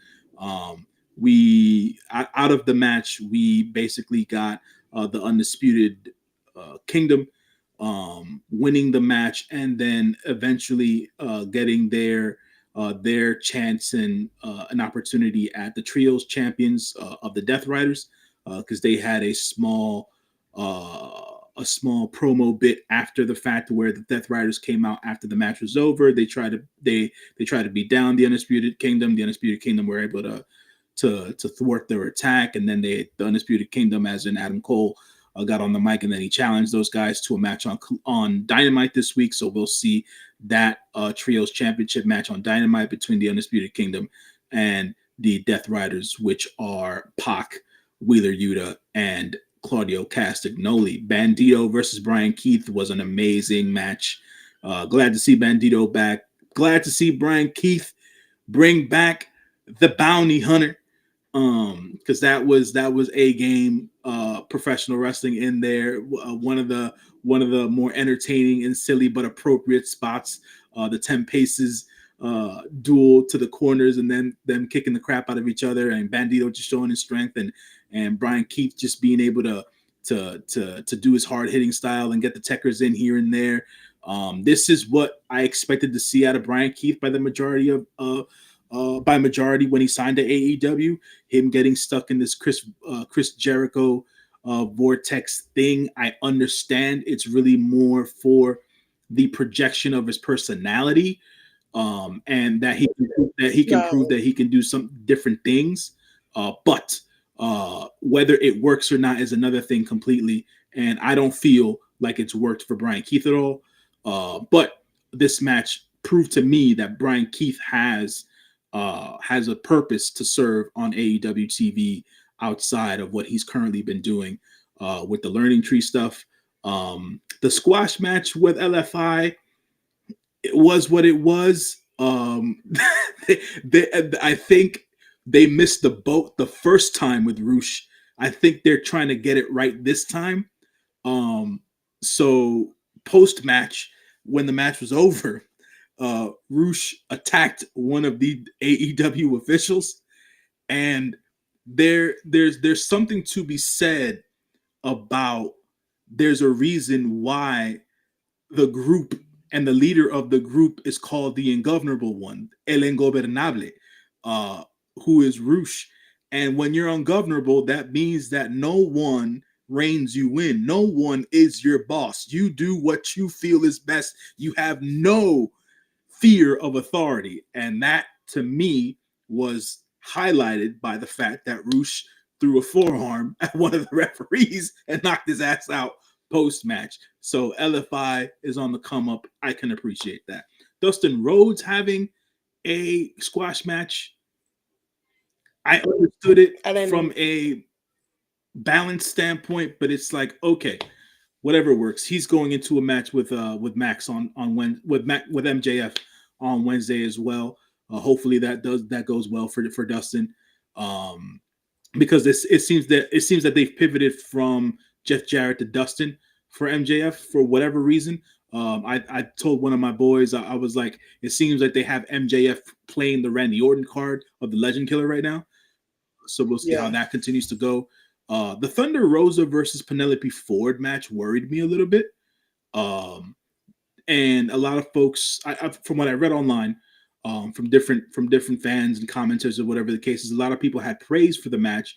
But when I was watching the match, because I watched the show after it aired, um, there were certain parts in the match that seemed clunky, and not because the girls weren't on good footing. It seems like either Thunder or Penelope got knocked loopy during the match, and they had to wait for one of them to get their bearings back during the match because the timing was just off at certain times during the match. But all in all, Yeah, I would say more looking at it initially and then going off track history, I would say Penelope because Thunder Rosa has admitted before she's been knocked pure yeah, unconscious and still kept but wrestling. both And they've both had their issues with concussions lately. So that's yeah, why I was like a but little scared. Thunder Rosa is more like a. The best way to describe it, if you've ever seen Thunder Rosa on the Indies, she's like a Kenny Omega. She can rip her arm straight out of place and keep going. So I would expect that she she knocked herself loopy. She okay. It's Penelope that it probably knocked herself loose and was like, "Hey, what am I supposed to be doing after this?" And Thunder's like, Yeah, I mean that's I understand your point of view. I feel like it happened to both of them during the match, which is why I thought the timing "Yeah, was off because it happened at two different points in the match. And I was like, it happened one time when Thunder was down and she was trying to recuperate, and then it happened another time when Penelope was down and she stayed down and then she tried to recuperate, and then she was trying to get her legs about her, and I was like, all right, the timing was a little off and it was a little shifty, and it didn't seem yeah." Thunder does that whole as like, cohesive as I thought it "I was. can't get up. I there's no hope for me." She does that in Yeah, every but match. it didn't Penelope looked like she was just gently floating on cloud 49 and she couldn't get up. it didn't seem well put together in that sense, which is why I was a little worried. The Mariah May match was another squash match, but she used that match in order to try to I guess scare or intimidate Tony Storm in a sense by using this girl who looked like Tony Storm to try to beat her up, and by all intents and purposes, we got uh, that particular plan did not work because we got the re-debut, the reappearance of Luther. He came back down to the ring with the bloody shoe, showed it to Mariah. Mariah tried to knock out Luther. That didn't necessarily happen. And when Mariah May, after winning the match, went back to pick up this poor girl that she had just beat up, she then noticed that the poor girl was gone. Tony Storm, with another performance of a lifetime, playing a dead body, then in the ring and running away Mariah May. I think that I didn't know what they were going to do with the weeks leading up to Grand Slam. I thought they did the Tony Storm the timeless Tony Storm reveal too soon, but they as an AEW and their writing team and their creative team have proved me wrong. I think that they've done a good job with the extra weeks with the story beats with Mariah May and Tony Storm going into Grand Slam Australia and stuff like that. And I appreciate the work that the girls are doing and how they've been able to set this up going into Australia. My only worry is post Australia and what happens to both of them after they they finish this feud. And the Kyle Fletcher versus Mark Briscoe match I thought was amazing. Mark Briscoe is one of the best baby faces in professional wrestling, and he shows you that every time he's in that ring. And Kyle Fletcher also shows you that he's the future of this industry every time he's in that ring. Um, I do have a sense and feeling that Mark Davis now being a part of the Don Callis family is it's there's a plan to play here. There is a plot that is trying to be unfurled here to destroy the Don Callis family from within. And I saw, at least me, I saw some suggestions of it during a promo that Kyle Fletcher was cutting earlier in the program. And I wanted to mention as well, because I mentioned this on Dynamite about Ricochet's character evolution. There was a spot, there was a promo spot that Ricochet did during Collision that involved one of my favorite rappers of all time, UGK for life, all day. Bum B made an appearance because Collision was in Houston. Bum B promoting Trill Burgers, best burgers in America at the end of the day. And Ricochet basically tried to down talk Bum B because Bum B seems to be close to Swerve Strickland. Then Ricochet, I'm paraphrasing here. Go out of your way to see the clip on YouTube. It's on there now. Ricochet went out of his way to get a bite of one of these Trill burgers, and I knew what was going to happen. I just wanted to see how Ricochet was going to go about it. And Ricochet took a bite of one of the Trill burgers. He then spit the Trill burger back out onto his plate. Told Bum B that the burgers are trash. Bum B was beside himself. The guy who served Ricochet the burger then told Ricochet, "Hey man, I don't know what your deal is. Like everyone really thinks these burgers are good." And then Rick snaps. He's like, "Who are you to talk to me?" Grabs the guy, starts to beat him up. Bum B breaks it up. And I'm there like, this is excellent. This is excellent because it makes, like, for me, he's a Weasley heel. He's a bad heel. He's a violent heel. Like he goes in and out of these spaces flawlessly now or whatever, and he's really putting everything together. He as in Ricochet, that is, as a character, and I can appreciate that. And he's and how he's been able to put it all together in such a short span of time just shows me that there was a missed opportunity with him in the WWE, and a lack of creative vision with him. So thankfully AEW's been able to um uh pocket this in a sense for him for right now. He still the is he is he a great promo? No, but what he's doing character wise has worked in my estimation. So I wanted to bring that up during Collision because it happened, and I thought it was funny, but yet very poignant to what Ricochet is doing currently as a character on AEW TV. Yes, ladies and gentlemen, I agree. I agree. Listen, sometimes me and Jay News, we don't argue, we get along. Next up, ladies and gentlemen, is TNA Total Nonstop Action. And we had Ace Austin defeat DuPont. We had the TNA Knockouts World Title #1 contendership battle royal. Savannah Evans defeated Alicia Edwards, Ash by Elegance, Danny Luna, Heather by Elegance, Jazz, Jody Threat, Rosemary, Tasha Steele, Zaya Brookside. And as you can see, how they were eliminated. Leon Slater and the Hardys defeated the System of Eddie Edwards, JD Moose. Mike Santana defeated Matt Cardona. For the WWE NXT Tag Team title match, Fraxium defeated Nick and Ryan Nemeth. Did you watch any of this, J News? I did not. Listen, it just was an okay show. Wasn't great, wasn't horrible, was just okay.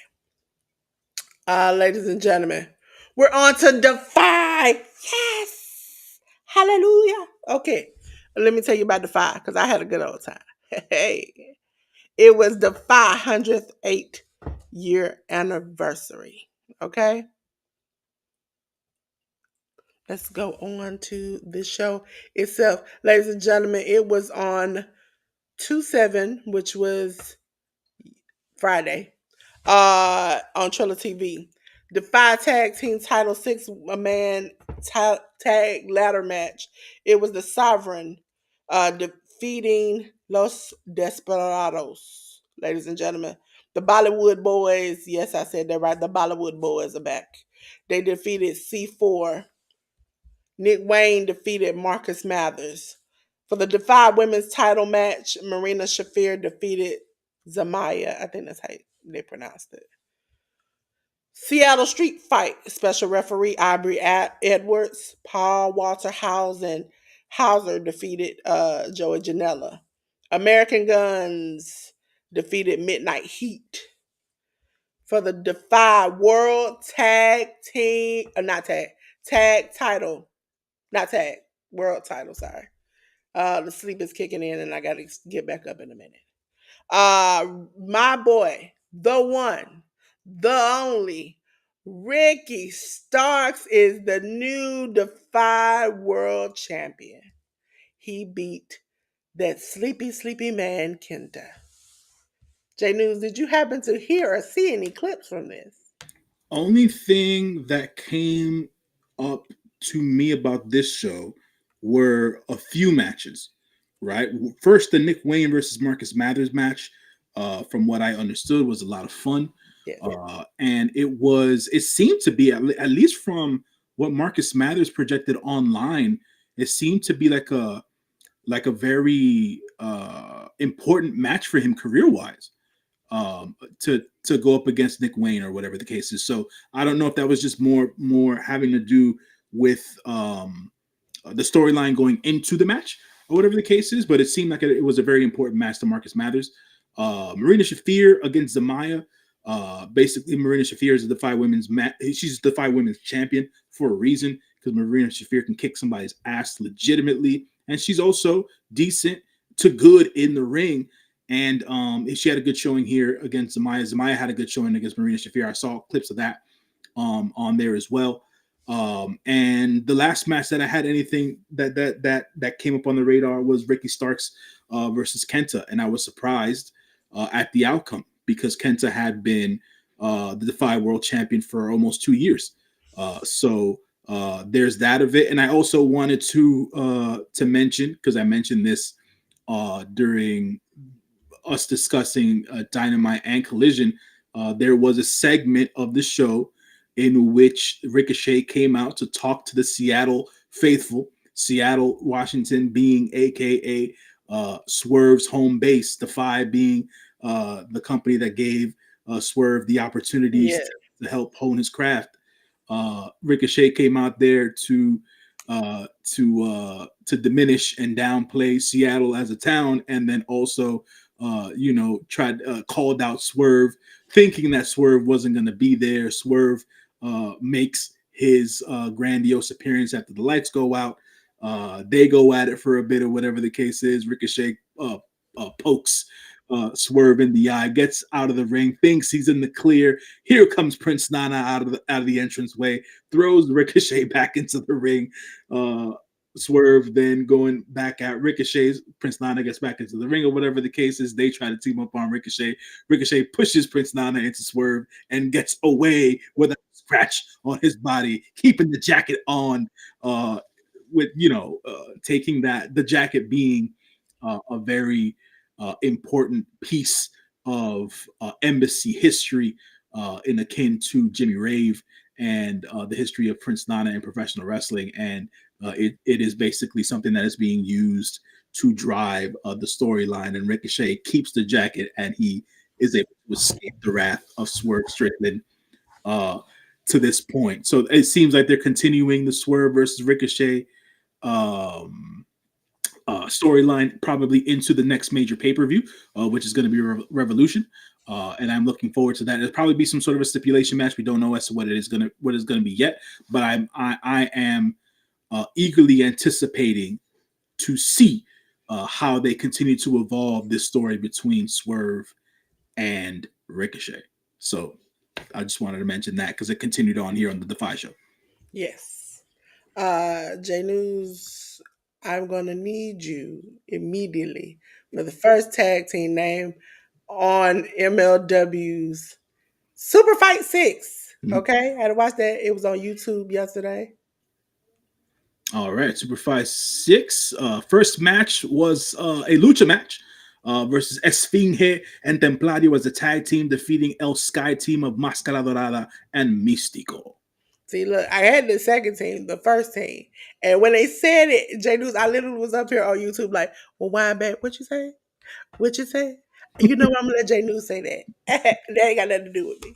Ladies and gentlemen, we had Kenta defeat Kevin Knight. We had a honey trap match where Paul London defeated Brett Ryan Gosselin. Donovan Dijak defeated Tom Lawler. Janai Kai defeated Mila Moore.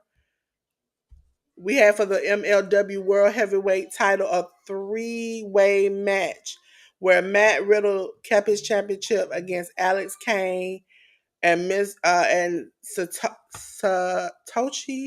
Kojima. Kojima. Yeah. Go ahead. Listen, I be trying, J. I be Mhm. trying. Quick note after this match, uh, because Alex Kane had already peed off what's his name? Eric Bischoff. Mm. Uh, and then now Matt Riddle is on his P list. He missed him up. Um, so now Riddle will have to go into Battle Riot and defend his championship, I think, against 39 other men. Whoa. Okay. All right. Yes, yeah. That was a lot. That was like, yeah.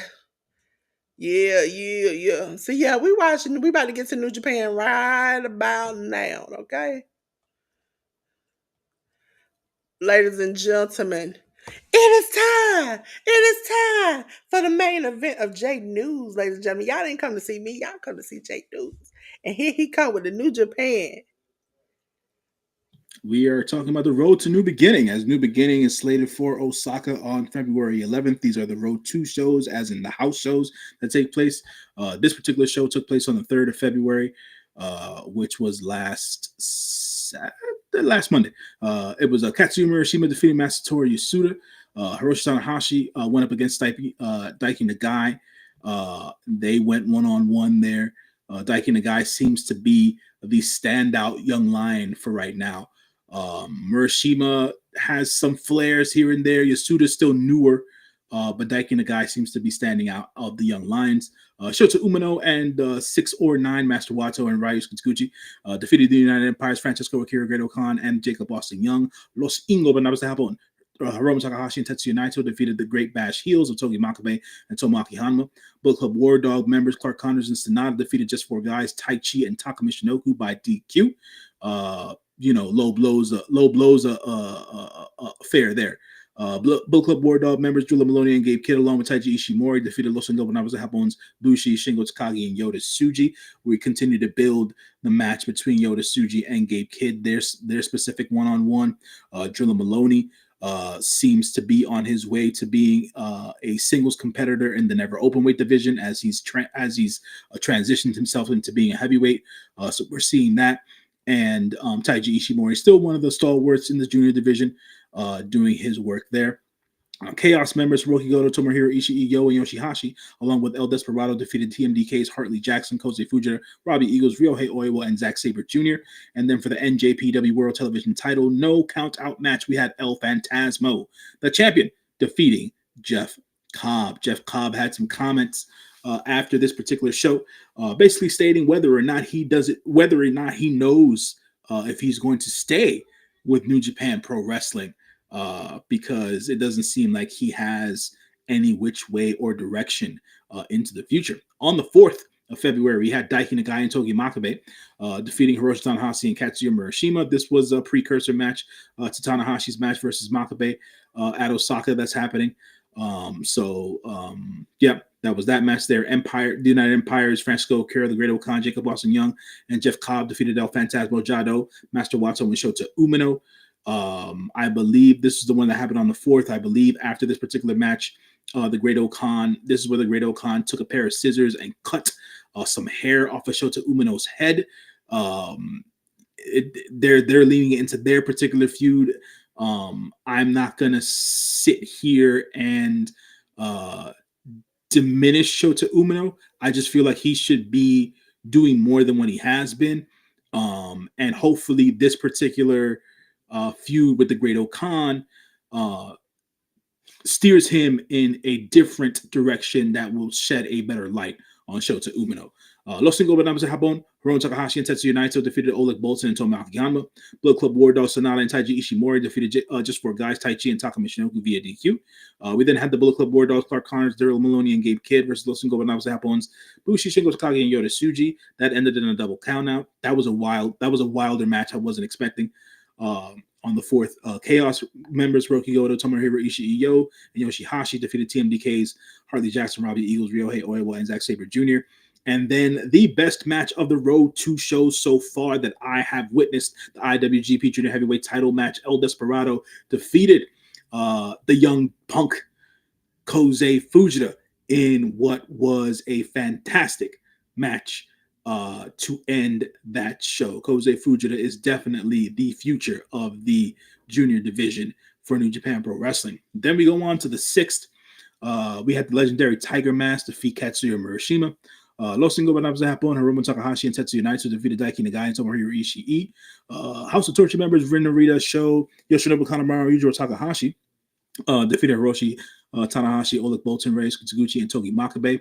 United Empire's Francisco Akira, Great Khan, Jacob Austin Young, and Jeff Cobb defeated El Desperado, El Fantasma Jado, and Shota Umino. Just to mention, Francisco Akira post Kosei Fujita's match on the 4th came out basically to stake his claim in the junior division as a singles wrestler up against El Desperado. And he will be challenging El Desperado for the IWGP Junior Heavyweight Championship come the anniversary show in March. So these particular matches here, where you see Francesco Akira on the opposing side of El Desperado, will be the quote-unquote practice matches for the lead in to their one-on-one for the anniversary show. The Bullet Club War Dog matches. We had Clark Connors and Sonata as a tag team defeat Just Four Guys, Taichi and Taka Michinoku. We then had Drilla Maloney, Gabe Kidd, and Taiji Ishimori defeat LIJ of Bushi, Shingo Takagi, and Yota Tsuji. Then we had TMDK's Hartley Jackson, Kosei Fujita, Robbie Eagles, Ryohei Oiwa, and Zack Sabre Jr. Go over the Chaos faction members, Roki Goto, Yo, and Yoshihashi, along with Master Wato and Tomoaki Hanma. We then had the matches on the 7th. We had Tiger Mask defeating Daiki Nagai. LIJ members Hiromu Takahashi and Tetsuya Naito defeated Katsuya Murashima and Tomohiro Ishii.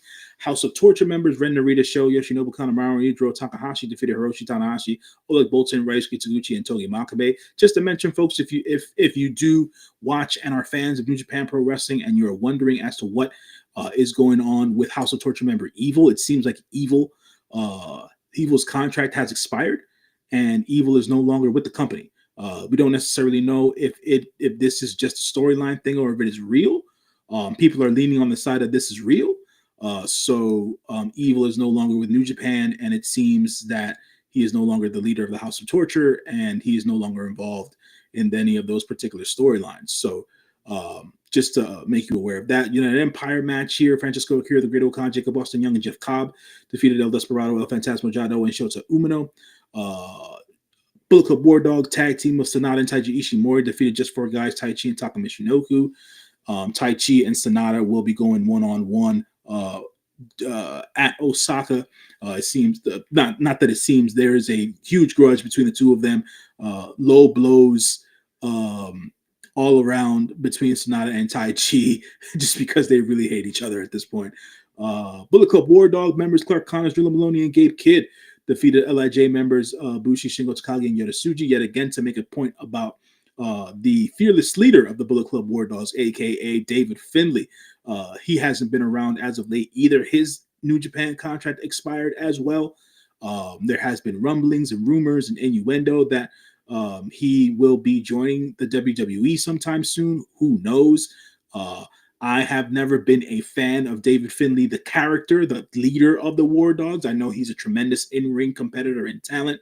I gave him all his respect on the True Heel Heat podcast, but I am now back. If this holds to be true, I am now back on the boat of pure and utter hatred towards David Finlay because he did not do what all the other Bullet Club leaders have done over the years, which is take the stab. Me saying take the stab, meaning get your ass beat out of the Bullet Club, hang it up, and then go where you need to go, because it happened to AJ Styles. It happened to Kenny Omega. It happened to Jay White. They all got beat out and beat down before they left. They did business. And in this case, David Finlay has yet to do business. Outside of the fact that he lost the match to Suji, he still needed to get his ass beat by Bullet Club members in order to get the expulsion, and he didn't do that. So that to me shows just a lack of respect and importance to the Bullet Club there. And people will try to put this on New Japan Pro Wrestling, but you got to do business to do business. And he avoided that. But to end the show, TMDK's Hartley Jackson, Kosei Fujita, Robbie Eagles, Rohei Oiwa, and Zack Sabre Jr. defeated Hiroki Goto, Yo, and Yoshihashi of Chaos, along with Master Wato and Tomoaki Hanma. We then go to what happened this morning. We had Tiger Mask defeating Katsuya Murashima. LIJ members Hiromu Takahashi and Tetsuya Naito defeating Daiki Nagai and Tomohiro Ishii. House of Torture members Ren Narita Show, Yoshinobu Kanemaru, Yujiro Takahashi go up against and defeat Hiroshi Tanahashi, Oleg Boltin, Ryusuke Taguchi, and Togi Makabe.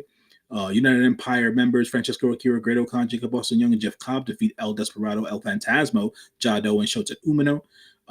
Bullet Club War Dog members Clark Connors and Sonata defeat Just Four Guys and Taichi and Taka Michinoku. The other Bullet Club War Dog members Drilla Maloney, Gabe Kidd, and Taiji Ishimori defeated LIJ members Bushi, Shingo's Kage, and Yota Tsuji. And then we had the Chaos faction together, Hiroki Goto, Yo, and Yoshihashi, along with Master Wato and Tomoaki Hanma, defeat members of TMDK, Hartley Jackson, Kosei Fujita, Robbie Eagles, Ryohei Oiwa, and Zack Sabre Jr. Ladies and gentlemen, we're on the previews, but you get to still stay with J News one more time. I say, give me. Oh, wait a minute, went too far. There we go. Went too far with. There we go. 31. That was today. Oh, let's start off with me first. Oh, boo. Y'all get to hear me for a little bit. WWE, ladies and gentlemen, will be having Vengeance Day. Before we talk about Vengeance Day, I am going to be talking about there are 2 shows on the 15th that your sister Kate will be covering because I will be having to watch along for WWE Vengeance Day and AEW Grand Slam Australia. As you all see, it's already pre-scheduled. It is Dolores' Grand Vengeance happening on the 15th. Okay? So, ladies and gentlemen, we're going to start out with Vengeance Day by WWE. You'll have Ethan Page versus Javon Evans. It'll be on Peacock. Ethan Page versus Javon Evans. For the WWE NXT Women's North American title match, Fallon Henley versus Stephanie Vaquer. For the WWE Women's title triple threat match, we have Julia versus Bayley versus Roxanne Perez. For the WWE NXT title triple threat match, Oba Femi versus Austin Theory versus Grayson Waller. Ladies and gentlemen, on to AEW that's happening on the same day is AEW Grand Slam Australia. You can generally find it on pay-per-view, or you can find, oh, not pay-per-view. It's not the pay-per-view. It's TNT. On TNT, ladies and gentlemen, we have a Brisbane Brawl match where Cope and Jay White versus the Death Riders of Claudio Castagnoli and John Moxley. For the AEW Continental title match, Kazuchika Okada versus Buddy Matthews. For the AEW Women's World title, we have Mariah May versus Toni Storm, and Kenny Omega and Will Ospreay versus the Don Callis family of Konosuke Takeshita and Kyle Fletcher. Now, you get to hear the good stylings of J News. We're going to be talking about New Beginning in Osaka happening on February 11, 2025, which is this coming Tuesday. We have the card as follows. It's going to be Hiroshi Tanahashi, the president, versus Togi Makabe. Shingo Takagi is going to go one-on-one versus Drilla Maloney. The Great Khan is going to go one-on-one against Shota Umino. And then Taichi is going to go one-on-one against Sonata. The IWGP Junior Heavyweight Tag Team Championship match. We're going to have Ichiban Sweet Boy, the champions, Kosei Fujita and Robbie Eagles, go up against Roppongi Revice of Rocky Romero and Yo. The Night of our Openweight title match is going to have the champion, Konosuke Takeshita, go one-on-one against Oleg Boltin. The IWGP Tag Team title match was going to have the Young Bucks, the champions, Matthew and Nicholas Jackson, go up against LIJ members Hiromu Takahashi and Tetsuya Naito. The IWGP Global Heavyweight Championship title match was the semi-main event. It's going to have the champion currently. Yota Tsuji go one-on-one versus the Lightning Rod and seems to be face of New Japan Pro Wrestling right now, Gabe Kidd. And then for the IWGP World Heavyweight title match, we're going to have the champion Zack Sabre Jr. go one-on-one against Hiroki Goto, the legend and veteran of New Japan. Yes, yes, yes, J News. Now it's my turn. Yay! We're talking GCW, Game Changer Wrestling, that hardcore wrestling. And we also gonna mention the man that J News just talked about. Because we're gonna be at the Jersey Cup. And this is gonna be night one. Okay? So it's on the 15th also. Again, pray for me. I'll be watching too much wrestling. We'll have Homicide versus the man mentioned before, Gabe Kidd. For Jersey J Cup first round three-way match, we have Marcus Mathers versus Jack Cartwheel versus Jackson Drake. For the first round match, we have Cole Radrick versus Alec Price. For another first round match, we have Kevin Knight versus Leon Slater. For the non-title Jersey Cup, because Masha Slamovich is the champion. First round match, it'll be Amazing Red versus Masha Slamovich. I cannot wait for that. Quick Ladies, mention, because you have here on the Jersey J Cup match, the second and last match, Kevin Knight versus Leon Slater. Kevin Knight was also a New Japan talent who let his New Japan contract expire as well. So as of right now, Kevin Knight is a free agent, which is why we're seeing Kevin Knight float around the U.S. Indies as much as he's been floating around.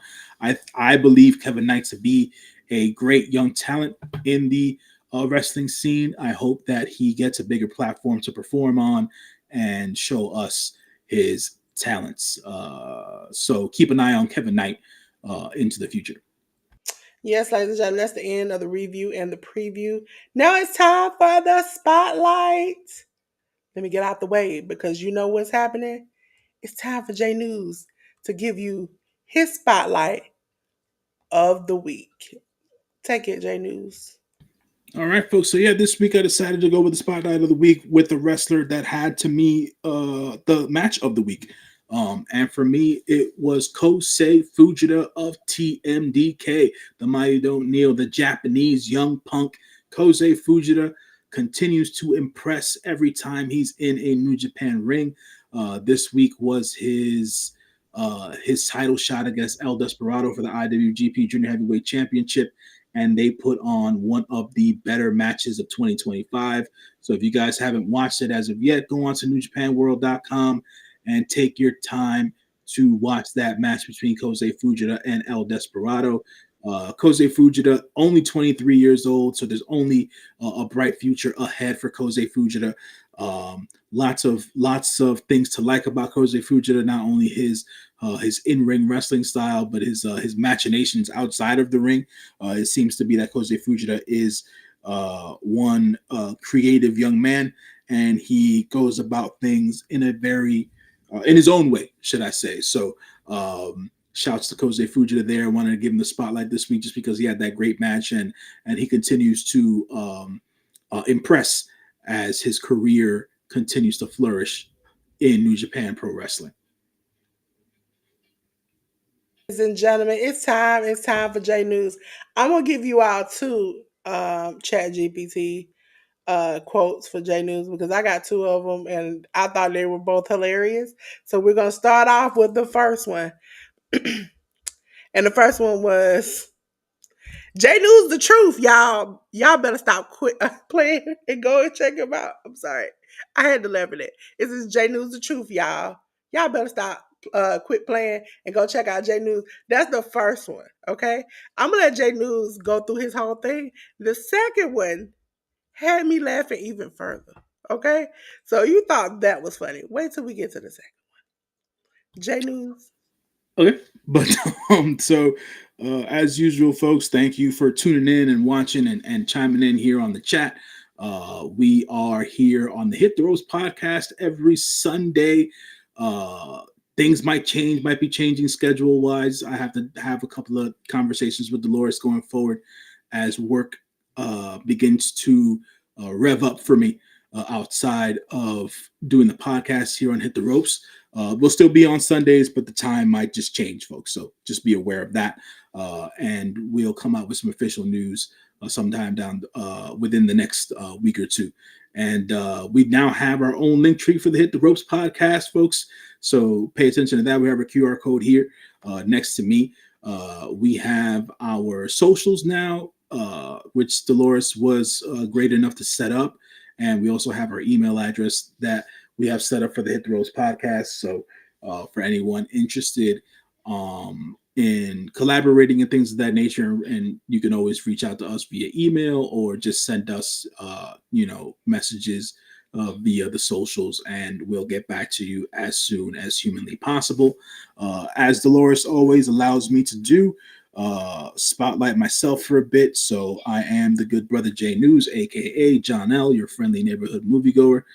Your friendly neighborhood moviegoer didn't even see a movie in January, folks, and that is mostly due to things out of my control. I am going to try to get back into the swing of things here in February, and make that content that I promised that I would make at the beginning of this year in 2025.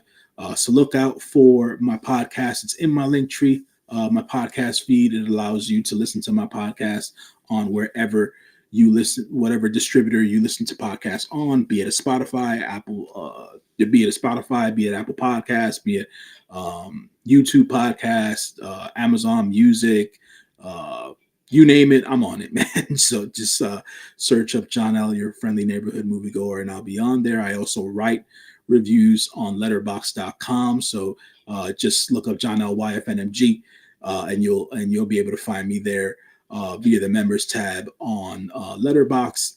And also I appear on True Heel Heat to talk everything New Japan Pro Wrestling. So you can check me out on the True Heel Heat podcast and YouTube channel.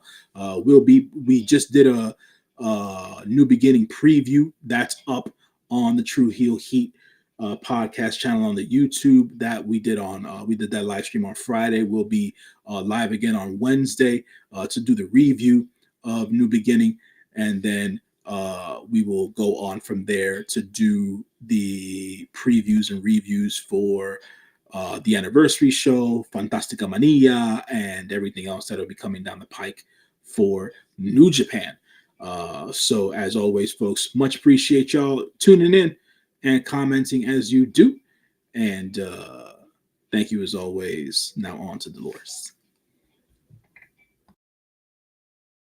J News be quick to be like, Delores up next. I'm like, sir, just revel in your glow, okay? Just revel in your glow. And the second one was J News is lit. Don't sleep on him. Go check him out. Okay. All right. That's Chat GPT? Yeah, Okay. they actually behind the scenes. I'll show you because I don't want to put her voice out there. But uh, if you talk to her, ask her to speak slang or hood, she'll be like, sis, and she'll just go into it. You be like, okay. I didn't know there was a. I don't use the AI that's out there. It's I very beneficial for me. If anybody knows me, because Jay News knows me good enough.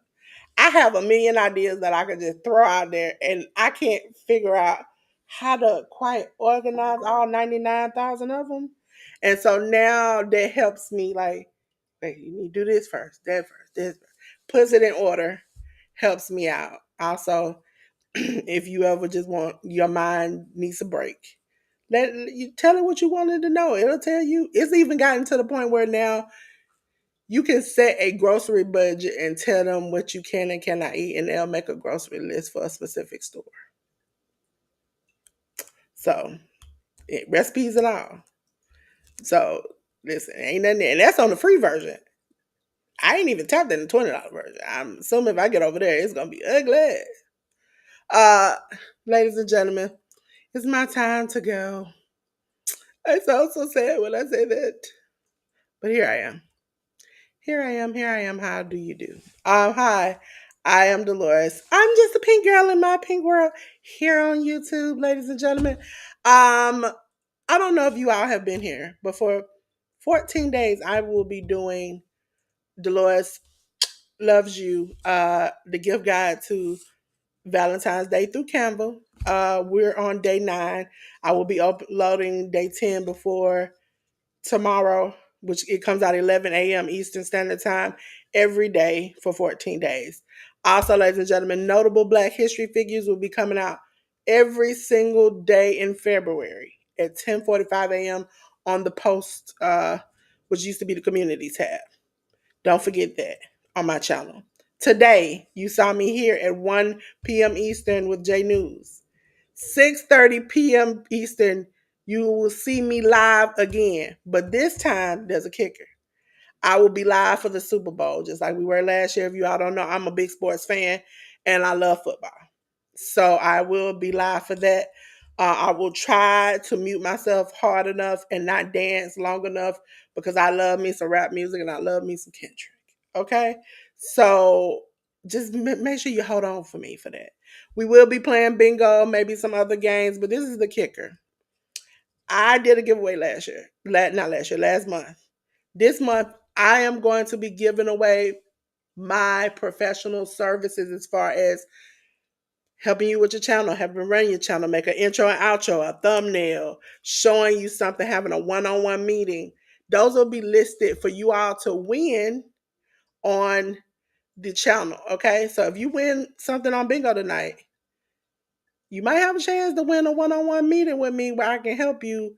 You ain't got to pay. It's free because that's something that I've seen a lot of people mention lately is that we need help. We need you to show us how to do it. Can you help?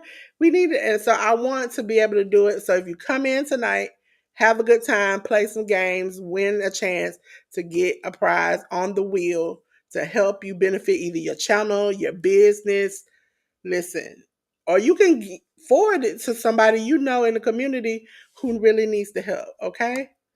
And then we'll get back to the monetary giveaways and all the things. Those things are definitely going to still be happening. But we just know that I've seen a lot of people in the community who need the help, and I want to be able to give them opportunity to win. So tell your friends, tell your family, tell everybody who needs a little help, graphic or business wise. Hit your girl up because I got them if they can win tonight. Okay. Also, ladies and gentlemen, with that being said, let me show you my schedules. Okay, so again, 6:30 tonight, you'll be here with me as we watch the Super Bowl and the Super Bowl halftime. Yes, ladies and gentlemen. Tomorrow, Dolores' Raw Reaction. Now, you remember tonight is the Super Bowl showdown with Dolores. Monday is the Dolores' Raw Reaction. Next week on the 15th, which I think is a Sunday, it is Saturday or Sunday. It is uh, Dolores' Grand Vengeance with Vengeance Day from WWE and AEW Grand Slam all in one night. So we will be playing games. We will be talking. We'll be having fun. We'll be doing a watch along because I know everybody in my community is not wrestling fans, but they love to support, and I want them to have a good time while they're here.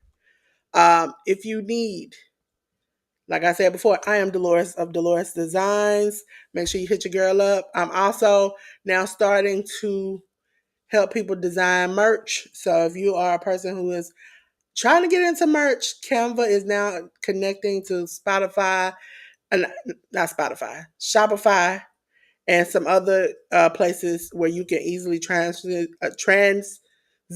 your graphics over to another thing. Listen, I've been up all night setting this up, and then now I got to stay up all day.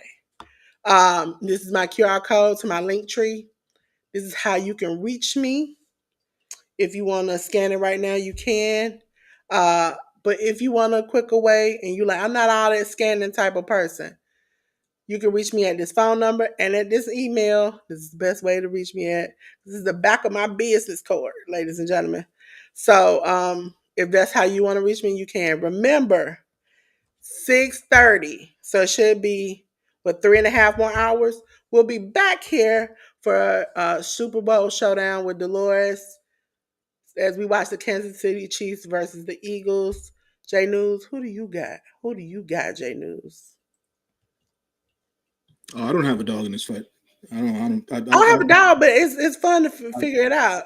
I saw. I was last week. I mentioned to Ten that for all intents and purposes, because of my love and my fandom of Saquon Barkley, I hope that Saquon Barkley uh, does what he's been doing all season, and he just runs roughshod all over the Kansas City Chiefs, and he does the damn thing, and he wins himself a Super Bowl, so he can go out there and prove that dumbass general manager of the Giants wrong. Because I'm still on that, and I'm not going to I hold on just want to ask if I could catch until him. he wins the I Super know Bowl. he ain't gonna go in early, but if I could catch him at some time during the next few weeks and just ask when Romeo and them were laughing at Aaron Rodgers had left the Packers, how y'all doing? How y'all doing out there? How you doing? Because you ain't doing good. We try to tell you stop. Listen, when the Packers let go of people, we let go of people for a reason. Stop picking that trash up. Every time y'all pick a trash, Cowboys picked up the coach. Look what happened. Now, the Jets had to pick up Rodgers. Look what happened. Stop. Listen, sometimes trash can't be fixed on the side of the road. Okay? Let it stay out there. But y'all picked it up. And y'all made the biggest mistake of all time. And now it's working out in your favor. It kind of feels like when we let go of Brett Favre. Hmm. Don't know that feeling. Uh, Listen, I enjoy every time we bounce back quickly. And we'll bounce back next year.